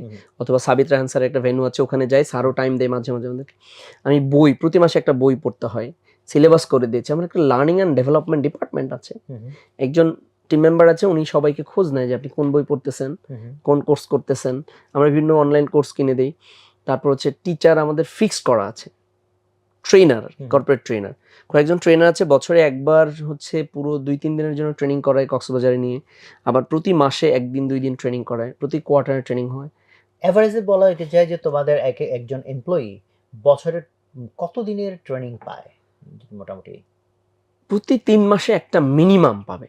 আচ্ছা, প্রতি 3 মাস পর পর তার ট্রেনিং থাকে। কয় দিনের? 1 দিন হতে পারে, 2 দিন হতে পারে, ডে লং ট্রেনিং বেশি হয়। যেমন টিচারদের লাস্ট টিওটি ছিল, এটা 2 দিনের ছিল, শুক্র শনিবার, একদম ফুল টিমকে মাস্ট থাকতে হবে। এটা আমাদের সারা বছর তার কি 12-15 দিনের প্রায় ফুল মিনিমাম ট্রেনিং থাকে, আর এমনিতে ছোটখাটো ট্রেনিং থাকে আর কি। হ্যাঁ, এটা থাকে। আবার কিছু ভিডিও কোর্স আমি সাজেস্ট করি, কিনে দেই অফিস থেকে। আবার ওকেও আবার ইন্সপায়ার করি যে তোমার 10% 20% লার্নিং এর জন্য ব্যয় করতে হবে।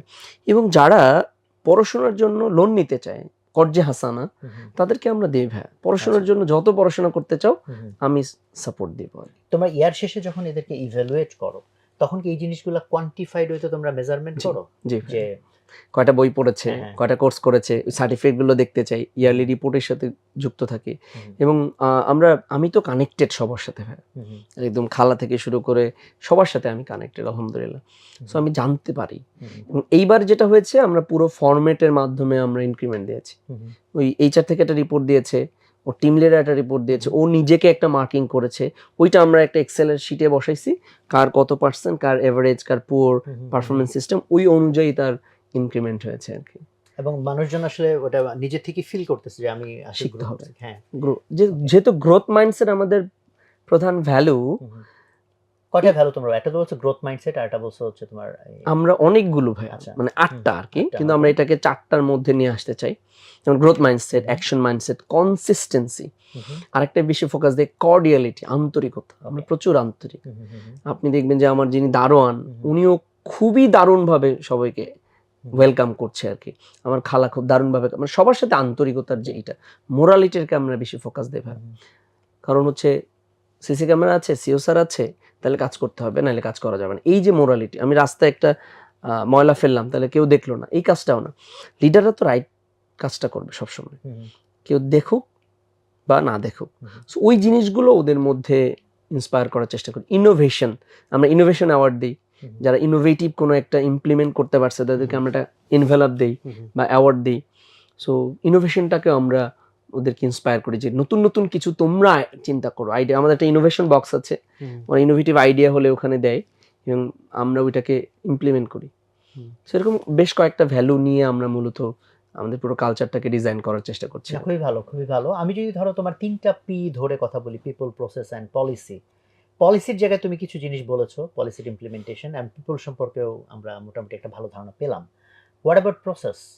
সো তুমি যখন থেকে অপারেশন থেকে বের হয়ে আসছো, সো প্রসেস যদি জায়গায় জায়গায় ঠিক মতো না কাজ করে, if the process is not there, তো সেই জিনিসটা তুমি কিভাবে এনশিওর করতেছো? কিছু প্রসেস আছে যেটার ব্যাপারে আমি খুবই স্ট্রিক্ট। বিশেষ করে টিচাররা কি পড়াবে, কতটুকু পড়াবে, ওইটা ডিজাইন করা আছে। আমার মেথড, যেহেতু আমি 8 বছর রিটেন এসওপি যেটাকে আমরা মেথড বলি, ইএলএম মেথড আছে, পিএলএম আছে, ওএলএম আছে। এই মেথডগুলোকে একদম কোনটার পরে কোনটা করবে এটা এসওপি করে দিয়েছে। এর বাইরে কোনোভাবেই যাওয়া যাবে না। এটা আবার আমাদের কোঅর্ডিনেটর আছে, আমি আছি। আমি মাঝে মাঝে আমার মোবাইল দিয়ে বা গাড়িতে থাকলে দেখি যে আসলে টিচার কি কথা বলতেছে, সে বাংলায় বলতেছে। যেমন বাংলা বলা যাবে না, কোনো টিচার বাংলা বললে, স্টুডেন্টরা বললে ফাইন, আর টিচার বাংলায় বললে চাকরি থাকবে না। মানে এটা বলা আর কি, আগে থেকে বলা যে ভাই তুমি অন্য ডিপার্টমেন্টে থাকতে পারো, কিন্তু টিচার হওয়া যাবে না। এরকম কিছু জায়গায় আমি খুবই স্ট্রিক্ট। সো এই হচ্ছে প্রসেস, বাট ইজি। বাট এটা তো টিচারের জন্য, মানে তোমার অন্যান্য ডিপার্টমেন্টের জন্য ওই জায়গাগুলোতে 100% না, ওইটা এখনো পুরোপুরি গোছাইতে পারিনি। যেমন ফাইন্যান্সটা এখনো গোছানো হয় নাই, এইচআর অ্যাডমিন টিমটা নিয়ে স্ট্রাগল করছি, কারণ এইচআর অ্যাডমিন টিম তো মেরুদণ্ড একটা প্রতিষ্ঠানের। বাকিগুলো বিজনেস ডেভেলপমেন্ট টিম আলহামদুলিল্লাহ খুবই ফ্যান্টাস্টিক কাজ করছে। এরপরে হচ্ছে আমাদের যে হোস্টেল ম্যানেজমেন্ট টিম, নিরাপদ হোস্টেল, ওইটা একটা আলাদা কনসার্ন। ওইটা একটা টিম আছে, ওরা দারুণ dedicated, they are doing fantastic আলহামদুলিল্লাহ। কোনো জিনিস বলে দিতে হয় না, মাঝে মাঝে একটু টিউনিং করে দিলে হয়। সো এরকম যে ছোট আমার ছোট 22টা টিম আছে ভাই আর কি। যেমন ক্রিয়েটিভ টিম আছে 22টা টিম, 22টা হেড অফ দ্য ডিপার্টমেন্ট। না, তুমি যে ডিপার্টমেন্টের আন্ডারে, আচ্ছা, ডেইলি যে মিটিং করতে ওখানে হেড অফ দ্য ডিপার্টমেন্টস কতজন? 7 জন ভাই, 7 জন। যেমন আমরা পাবলিকেশন আমাদের আলাদা, এটা কোম্পানি আলাদা, নিরাপদ পাবলিকেশন, বাট ওইটাকেও আমরা একটা ডিপার্টমেন্ট ধরেছি আর কি। বিজনেস ডেভেলপমেন্ট, তারপর হচ্ছে আপনার ফ্যাকাল্টি যেটা টিচার, এটা একটা পার্ট। অপারেশন যেটা এখন নিরাপদ হোস্টেল নামে বলি, ফাইন্যান্স এন্ড অ্যাডমিন, না সরি, অ্যাডমিন এন্ড এইচআর আর ফাইন্যান্স, এই কয়েকটা টিম মিলে মূলত আমাদের এখন এটা হয়। সো আমি ওই যে আরেকটা ইস্যুতে প্রসেসটা মোটামুটি তো বললাম যে এখনো এটা খুব করা উচিত। কে করবে, কি করবে, কিভাবে করবে, এটা চেষ্টা করতেছি। এখনো পেরে উঠিনি। আমাদের এত বছরের ব্যবসা, এখনই তো আমরা এখনো সব এসওপি তো নাই, মানে অনেক ক্ষেত্রেই নাই। যাই হোক, এটা এই বছরের মধ্যে করে ফেলবো ভাই আলহামদুলিল্লাহ, ইনশাআল্লাহ। সো আমি এরপরে, তুমি একটা ডিপার্টমেন্ট নাম রিসেন্টলি বলেছো যেটাতে আমি আসতাম, branding. Branding and marketing department. তো তোমাদের মার্কেটিং এ যেহেতু ইংলিশ থেরাপির বইটা আমাদের এখানে আলহামদুলিল্লাহ বেস্ট সেলার হয়েছে একাধিকবার, আলহামদুলিল্লাহ। এবং সেই সাথে তোমাদের হোল ডিস্ট্রিবিউশন রকমারি থেকে তোমরা করো। সো আমি যেটা দেখি এবং আমার টিমকে বলি যে সাইফুলের যে অ্যাগ্রেসিভনেস তোমার কথা বলি যে you can learn from them, তাই না, যে ফ্রম হিম। তো তোমার মার্কেটিং এ দেখছি যে অনেক অ্যাগ্রেসিভনেস আছে, অনেক ক্রিয়েটিভিটিও আছে। তো তুমি যদি সেখানে আমাদের দর্শকদেরকে, দ্যাট ইজ দর্শক বলতে তো আমার উদ্যোক্তা যারা, ওখান থেকে তুমি তাদের জন্য যদি কিছু দাও, তোমার মানে যদি প্রশ্নটা আমি এইভাবে করি যে তুমি তোমার যে মার্কেটিং গুলো করেছো সোফার, জি। এর মধ্যে যে তিনটা নিয়ে তুমি সবচেয়ে এক্সাইটেড বা সবচেয়ে প্রাউড ফিল করো যে এই তিনটা marketing idea I could implement, এরকম কোনটা বলবা? আহ, একটা কথা সবসময় আমি আপনার ব্র্যান্ডিং টিমের সাথে বসে বলি যে ভাই আমার বইটা ভালো, বলে হ্যাঁ বই ভালো, রেটিং 100%, সবাই ভালো বলতেছে। তাহলে বই পড়ে মানুষ শিখতে পারতেছে? হ্যাঁ পারতেছে, কারণ আমার ভিডিও আছে। ইংলিশ তারপরে বইয়ের সাথে কিন্তু ভিডিও আছে, যে কেউ বাসা বসে শিখতে। তাহলে মানুষ কেন জানবে না, কিনবে না কেন? তার মানে তার কাছে পৌঁছাইতে হবে। সো পৌঁছাইতে হলে কি হবে, একটা মানুষ যখন বই কিনে ভিডিও দেখে ইংলিশ শেখে, তার মানে তার লাইফে ভ্যালু অ্যাড হচ্ছে। সো ভ্যালু অ্যাড করার জন্য যত বেশি মানুষের লাইফে ভ্যালু অ্যাড করতে পারবো, ততটাই তো আসলে আমার ভিশন সাকসেসফুল হবে, আমার বিগ হোয়াইট সাকসেসফুল হবে। তো এই জন্য আসলে অ্যাগ্রেসিভ যে আমি সবাইকে রিচ করতে চাই। যত মানুষ ইংলিশ শিখতে চায় প্রত্যেকের কাছে আমি জানাইতে চাই যে আমার একটা বই আছে, এই বইয়ের সাথে ভিডিও আছে, এর দেখে আপনি ইংলিশ শিখতে পারবেন। আর যারা ওখান থেকেও পারছে না, তাদেরকে আমি ইংলিশ থেরাপিতে নিয়ে আসতে চাই, এখানে আসো, লাইফের একটা বড় ট্রান্সফরমেশন নিয়ে যাও। সো এই জন্য আর কি। সো এইটা একটা পার্ট যে আমার গ্রুপটায় আমি ফ্রি কন্টেন্ট দিয়েছি, ফ্রিমিয়াম যে মডেল ভাইয়া, যে 90% ফ্রি দিয়েছি বা 10%-এর জন্য মানুষ মার্কেটিং এ তোমার পেমেন্ট করতেছে। অন্যতম বড় জায়গাটা হচ্ছে প্রচুর ভ্যালু অ্যাডিং কন্টেন্ট ফ্রিতে দাও। ভ্যালু অ্যাডিং কন্টেন্ট ক্রিয়েট, আপনি অবাক হবেন যে আমার ইউটিউবে মনে হয় 2700 প্লাস কন্টেন্ট। আমার গ্রুপ পেজ মিলিয়ে 3 মিলিয়নের মতো মানুষ কানেক্টেড, এখানে 3 মিলিয়নেরও বেশি কন্টেন্ট আছে। প্রতিদিন 100, 200, 300 কন্টেন্ট যায়, এভরি সিঙ্গেল ডে 100, 200 কন্টেন্ট যায়। আমার মেম্বাররা পোস্ট করে, আমার মডারেটররা পোস্ট করে। এটা একটা প্রিমিয়াম মডেল। আরেকটা মডেল যেটা হচ্ছে সাকসেস স্টোরিগুলো আমি শেয়ার করেছি, যে বই পড়েছে অথবা কোর্স করেছে, সাকসেস হয়েছে, এই সাকসেস স্টোরিগুলো মানুষকে জানাতে পারছে। আমি যখন ইন্সপায়ার হই, যখন দেখতেছি যে এই বই পড়ে কেউ ইন্সপায়ার হয়েছে, তখন আমি ওই বইটা পড়ছি, সোশ্যাল প্রুফ। তো সোশ্যাল প্রুফটা আমি প্রচুর দেওয়ার চেষ্টা করেছি আর কি। এইটা আরেকটা বেশি ব্র্যান্ডিং আইডিয়া যেটা কাজ করেছে সেটা হচ্ছে রিক্সার পিছনে স্টিকার। হ্যাঁ আমি দেখেছি তোমাদের রিক্সার সব জায়গায় বলে মানুষ যে রিক্সার পিছনে স্টিকার। এটার পিছনে তো একটু আগে শেয়ার করলাম যে আসলে আমি রিক্সা থেকে পড়ে গিয়েছিলাম, কারণ হচ্ছে ওই যে ইলেকট্রিক রিক্সাগুলো অন্ধকার রোডে ঢুকছে, আমি ছিলাম প্যাডেল রিক্সায়, ইলেকট্রিক রিক্সাগুলো এসে পিছন থেকে লাগাই দিছে অন্ধকারে, মোড় ঘুরতে যায়। বলছে আমি তো দেখতে পাই না সামনে। কেন দেখতে পাই না? ছোটবেলায় হারিকেন জ্বালানো ছিল রিক্সার রিক্সার পিছনে। নিচে হারিকেন, মানুষজন ঢাকায় তো হারিকেন নাই, বড় লাইট ছাড়া আপনি গলিতে গেলে কিন্তু ভাইয়া গলিতে কি নাই, লাইট নাই, রোড লাইট নাই। তাহলে ওই জায়গায় একটা দুর্ঘটনা ঘটতে পারে আর কি। তখন আমি পিছনে লাইট কিভাবে জ্বালানো যায়, তখন দেখছি যে আমার প্রতিষ্ঠানের রিফ্লেকটিভ স্টিকার, আপনি ঢুকলেই দেখবেন যে ভিতরে ইংলিশ থেরাপি লেখা, লাইট জ্বললে জল করে। ওই সাইজের স্টিকার, ওই সেম জিনিসটা রিক্সার পিছনে লাগাই দিয়েছি, দেখি জল করতেছে। তো ওইটা 100 লাগিয়েছিলাম প্রথমে, অনেক আগে শুরুর দিকে। এরপর থেকে দেখছি এটা কন্টিনিউ করলে যে আসলে মানুষও জানতেছে। সবচেয়ে বেশি ইন্টারেস্টিং হয় যখন ভালো লাগে যে একজন আমার পরিচিত মানুষ ছবি তুলে আমাকে পাঠায়, সাইফুল তোমার ইংলিশ থেরাপি দেখছি রিক্সার পিছনে অমুক জায়গায়। রিক্সাগুলো তো সারা ঢাকায় ঘুরতে থাকে, ওইটা আমাকে বেশি ইন্সপায়ার করে। এবং রিক্সাওয়ালা মামারা, আমি সেদিন ভাই ওনাদেরকে কাচ্চি খেতে ডাকছিলাম, যাদের পিছনে স্টিকার দেয় আর কি। তখন আমি কিভাবে ডাকলাম, যাদের পিছনে স্টিকার আছে পুরো বছর জুড়ে, যারা স্টিকার নিয়ে সারা ঢাকা ঘুরে বেড়াইছে, তাদেরকে আমি টোকেন দিয়েছি যে কাচ্চি ভাই দাঁড়ায় আমাদের টিম মেম্বার টোকেন দিয়েছে, নাম্বার নিয়েছে। ওরা আসছে, ওদের কাছ থেকে গল্প শুনেছে যে কেন আপনি আমাদের স্টিকারটা নিয়ে ঘুরেন। তখন বলেছে যে এটা তো আমাদের সেফটি, বা পিছন থেকে মোটরসাইকেলের লাইট মারলে অনেক জ্বলে ওঠে, আপনি গাড়িতে সামনের সিটে বসলে দেখবেন যে রাতে স্টিকার গুলো জল করে। এটা ওদেরকে একটা সিগন্যাল দেয় যে সামনে গাড়ি আছে। ওরা সকালবেলা উঠে মুছে রাখে, অনেক রিক্সাওয়ালা বলতেছে যে আমি সকালে উঠে ওই স্টিকারটা মুছি যাতে করে রাতে লাইটটা ঠিক মতো জ্বলে। এটা একটা বিষয়। আর প্রচন্ড মিরপুরের এরিয়ার রিক্সাওয়ালাগুলো অনেক ভালো মানুষ, এবং ইংলিশ থেরাপি তো মানুষ প্রচুর ভিজিট করে। যখনই বলে যে ইংলিশ থেরাপি কোথায়, তাই না, তখন উনি নিয়ে যায়। এবং মানবা বলছে যে যার পিছনে ইংলিশ থেরাপি স্টিকার, ওই রিক্সায় বেশি মানুষ ওঠে। মানে স্টুডেন্টরা ওইখানে বেশি ওঠে।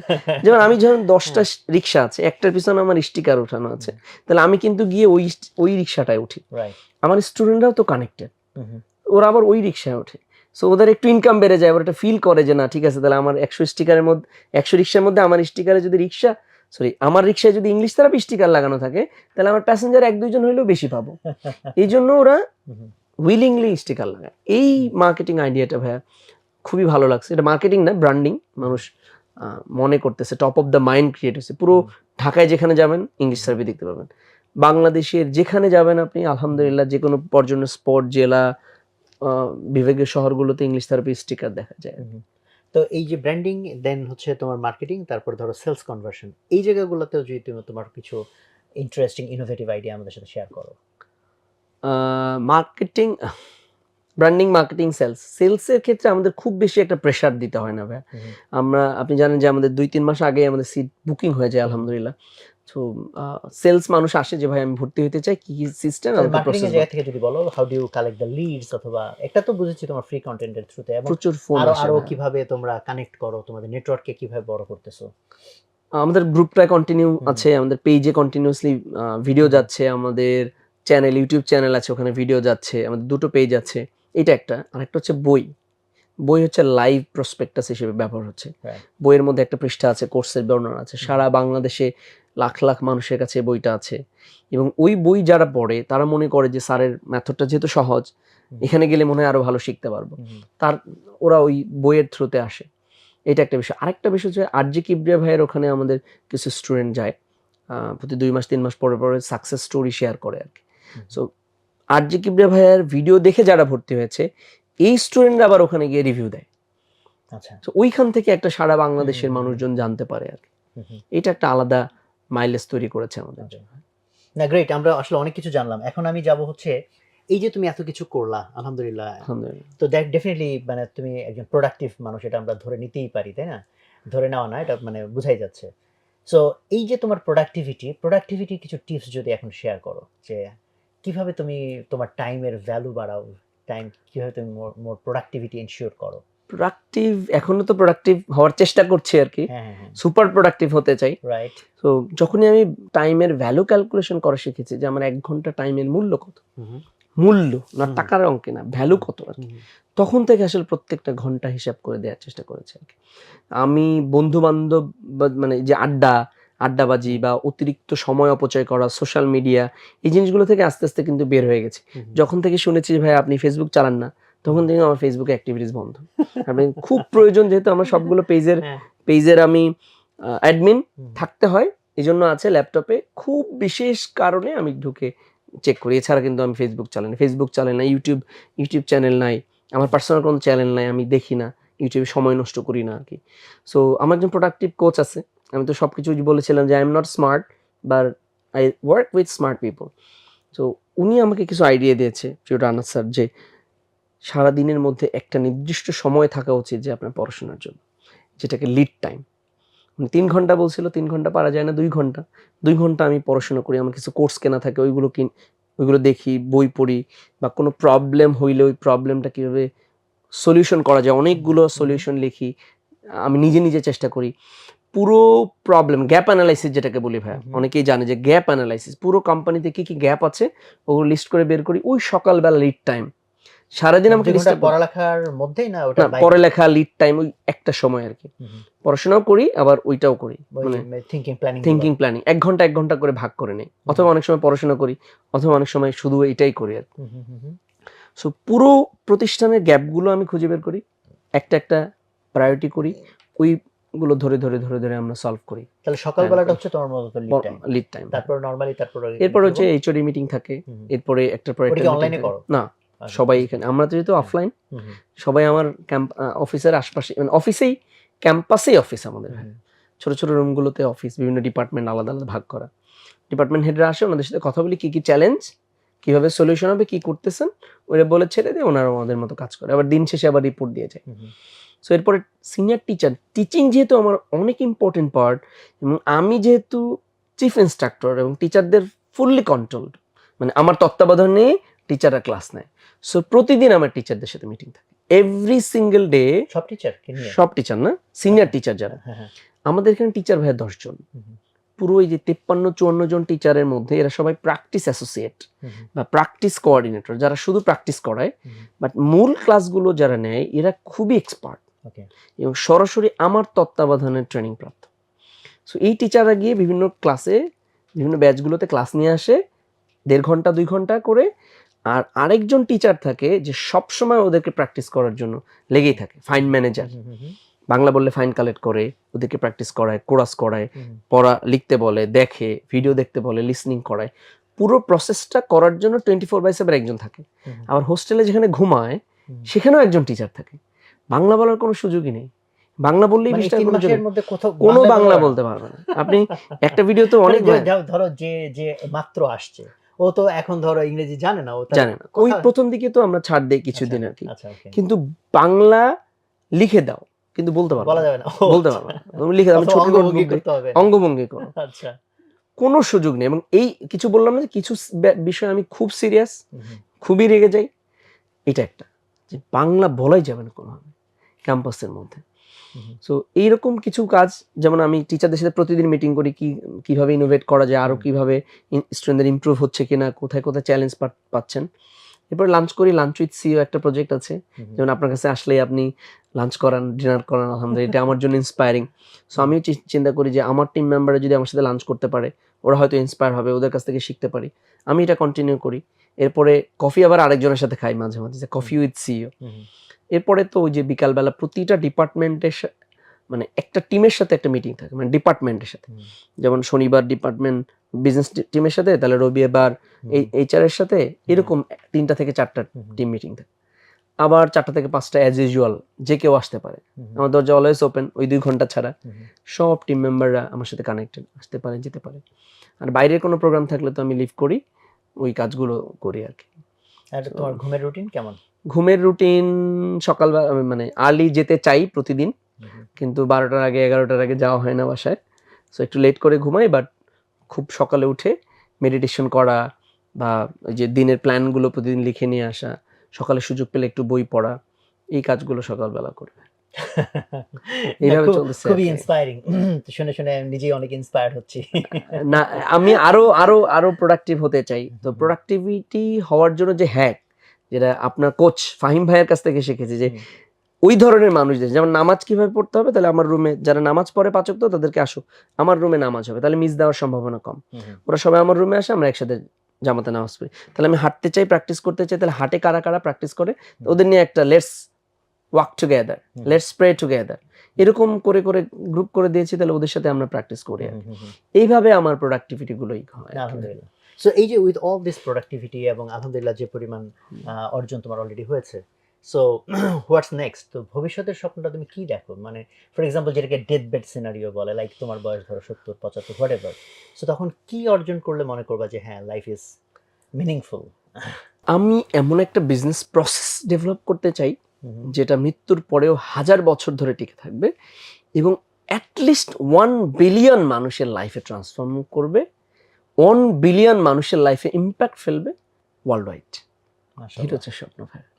মনে আছে আপনাকে একটা ছবি পাঠিয়েছিলাম, যে হেরা গুহায় উঠতে গিয়ে দেখেছি যে উদ্ভাস উন্মেষের টি শার্ট পরে মানুষ সেখানে গিয়েছে। আচ্ছা, ওই ছবিটা আপনাকে পাঠিয়েছিলাম আর কি, প্রথমবার যখন আমি হুম। আল্লাহর ঘরে যাই। সো আমার একটা স্বপ্ন হচ্ছে পৃথিবীর সব জায়গায় ইংলিশ থেরাপির একটা ব্রাঞ্চ থাকবে, পৃথিবীর সব জায়গায় যেখানে মানুষের আসলে ইংলিশ শেখা প্রয়োজন, মানুষের আসলে ট্রান্সফরমেশন প্রয়োজন। মানুষ কিন্তু ইংলিশ শিখতে আসে, কিন্তু তার লাইফ ট্রান্সফর্ম করে যায়। আপনি এটা শুনলে অবাক হবেন, প্রত্যেকটা মানুষ আসে কিন্তু ইংলিশ শিখতে, কিন্তু এমন কিছু ভ্যালু আমরা তার লাইফে অ্যাড করে দেই, সারা জীবন সে উপকৃত হয়, মাইন্ডসেট, তার মাইন্ডসেট চেঞ্জ করে দেয়। আমাদের প্রত্যেকটা কোর্সের সাথে কিন্তু সাবিত রায়হান স্যারের কোর্স 2টা সেশন গিফট হিসেবে যায়, আমাদের পক্ষ থেকে গিফট। প্রত্যেকটা সেশনের সাথে এমন কিছু স্টোরি, এমন কিছু বই পড়ানো হয় যে ওর মাইন্ডসেটের মধ্যে পজিটিভ মাইন্ডসেট তৈরি হয়, কিছু মেডিটেশন করানো হয়, অ্যাফার্মেশন। প্রত্যেকটা স্টুডেন্ট আমার সাথে টাচে থাকে, আমি যেটা শিখি ওদের সাথে শেয়ার করি। আমি যে বইটা পড়ি ওদেরকে সাজেস্ট করি। তারপর হচ্ছে কি যে ভিডিওগুলো যেটা ওদের প্রয়োজন, যেমন সাকসেসফুল মানুষদের হ্যাবিট কি, কিভাবে সফল হওয়া যাবে, পড়াশোনায় ফোকাস কিভাবে দেওয়া যাবে, কিভাবে মানে কম সময় ঘুমিয়ে বেশি রেজাল্ট আনা যাবে, তারপর হচ্ছে কিভাবে দ্রুত ভোকাবুলারি মুখস্থ করা যাবে, এই পার্টগুলো কিন্তু স্টুডেন্টদেরকে দেওয়া হয়। এবং সাবিত রায়হান স্যারের সাথে আমরা যেটা প্ল্যান করেছি, 2টা সেশন তো অফলাইনে থাকবে ফেস টু ফেস, প্রতি সপ্তাহে এমন কিছু হোমওয়ার্ক স্টুডেন্টদেরকে দেওয়া হবে যেটা 3 মাসের পরে তার একটা র্যাডিক্যাল চেঞ্জ হবে মাইন্ডসেটের মধ্যে। ও কনফিডেন্স বাড়বে, ও কনসিস্টেন্ট হবে, ওর গ্রোথ মাইন্ডসেট তৈরি হবে, সাকসেসফুল মানুষরা কিন্তু ভাইয়া সাকসেস হওয়ার পরে ওর অ্যাটিটিউড চেঞ্জ হয় না, অ্যাটিটিউড চেঞ্জ হলে সাকসেস হয়, মানে মাইন্ডসেটটা চেঞ্জ হয়ে যায়, কি আইডেন্টিটি শিফট হয়। ওই কাজগুলো আসলে আমরা এখানে করে দিতে চাই, যেটা ওর লাইফ টাইম কাজ করবে। যেটা আমি ছোটবেলায় কোনো না কোনোভাবে শিখেছি যে যেমন I am fit for any environment, এটা কোনো না কোনোভাবে আমার ব্রেইনে ঢুকে গেছে। দেখেন আপনি যেখানে দিবেন আমি ওই ব্রেইন মানে ওই এনভায়রনমেন্টে ফিট করতে পারবো। আমি অনেকগুলো দেশে গিয়েছি, ভালো জায়গায় থেকেছি, আবার খারাপ জায়গায় থেকেছি, সো সব জায়গায় আমি ফিট। এই টাইপের কিছু মাইন্ডসেট আমরা স্টুডেন্টদের মধ্যে দিতে চাই, যাতে ওরা আমার কোর্স করার পরে জব করলেও ভালো করবে, ওরা বিজনেস করলেও ভালো করবে, ওরা দেশের বাইরে গেলেও ভালো করবে, সব জায়গায়।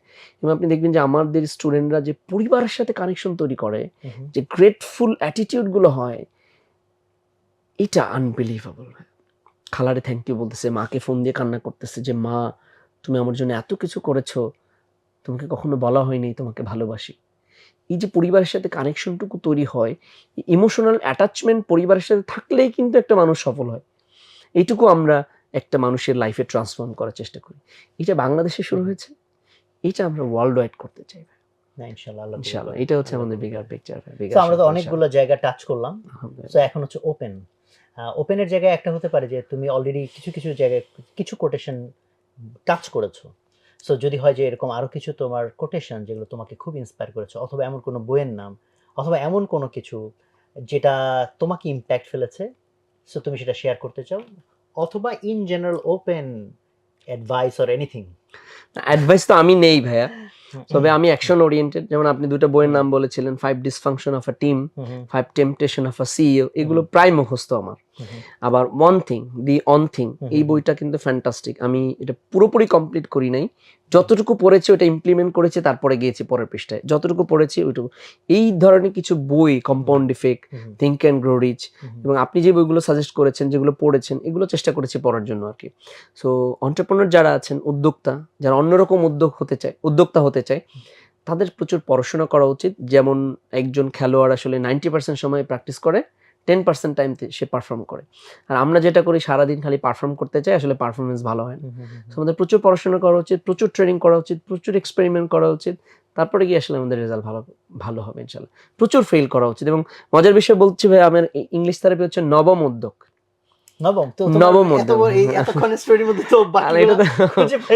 প্রথম একটা বললাম, এরপরে অনেকগুলো উদ্যোগ নিয়েছি ভাই, সবগুলোই ফেল করেছে। আলহামদুলিল্লাহ এটা সাকসেস। এরপরে আবার অনেকগুলো উদ্যোগ নিয়েছি ইংলিশ থেরাপির পরেও, সেগুলো অনেকগুলো ফেল করেছে। সো সব উদ্যোগ যে আসলে সফল হবে বিষয়টা এমন না। আমি এখান থেকে যাওয়ার পরে আমি পেরিস্কোপ বানাইতাম ভাই, পেরিস্কোপ বানায় বিক্রি করতাম। যে বিজ্ঞান বাক্স তো অনেক টাকা কিনতে পারে না, তাহলে আমি সিঙ্গেল একটা পেরিস্কোপ বানায়, এটা ফেল করেছে, এটা হয় নাই। তারপরে হচ্ছে আমি নিউরন সায়েন্স ক্লাব বানাইছি, নিউরন সায়েন্স ক্লাব, আমরা সায়েন্সের বিভিন্ন প্রজেক্ট বানাইতাম। তারপরে হচ্ছে আমরা ঢাকা আর্ট স্কুল করেছিলাম, বিভিন্ন কিছু আমি চেষ্টা করেছি অনেক কিছু করার জন্য, কিন্তু ওয়ার্ক করে নাই। আমি শোরুম দিয়েছিলাম, পাঞ্জাবি বা হচ্ছে ড্রেসের শোরুম দিয়েছিলাম। আমি একটা পাঞ্জাবির ফ্যাক্টরির সাথে পার্টনারশিপে গিয়েছিলাম। আমি তারপর হচ্ছে যে ফুড সাপ্লাই দেয় না অফিস, এটা ক্যাটারিং সার্ভিস, এটার সাথেও আমি যুক্ত ছিলাম। সো অনেক কাজ করেছি, ফেল করেছি। সো ফেল করতে ভয় পাওয়া যাবে না। এবং আমি প্রচুর ডিসিশন নেই ভুল, মানে ভুল নেই এটা স্বীকার করার জন্য, যে ইচ্ছা করে ভুল নেই না, অনেক ডিসিশন নেই, ভুল হয়, আবার সরি বলি যে ভাই এটা ভুল হয়েছে, এটা আসলে এইভাবে হবে আর কি। সো ভুল করার মানসিকতা তৈরি হোক, সাহস তৈরি হোক, রিজিক তো আল্লাহর হাতে, লাইফে উত্থান পতন থাকবে। আর আমার একটা জিনিস সবচেয়ে বেশি আমার জন্য ইন্সপায়ারিং, সেটা হচ্ছে আমি জিরো থেকে শুরু করেছি, আমার পরিবারের কিছুই নাই ওইভাবে, আমি একদম জিরো থেকে শুরু করেছি, আবার জিরোতে আসতে আমার কোনো ভয় নেই।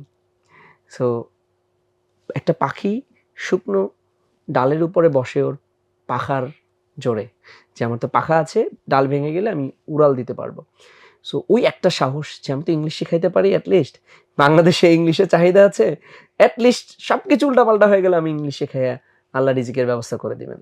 এই জন্য অনেক বড় বড় চ্যালেঞ্জ নেই, অনেক কিছু করার চেষ্টা করি। আপনি জানেন 4টা নতুন বিল্ডিং নিয়েছি আমরা ভাই এবছরে।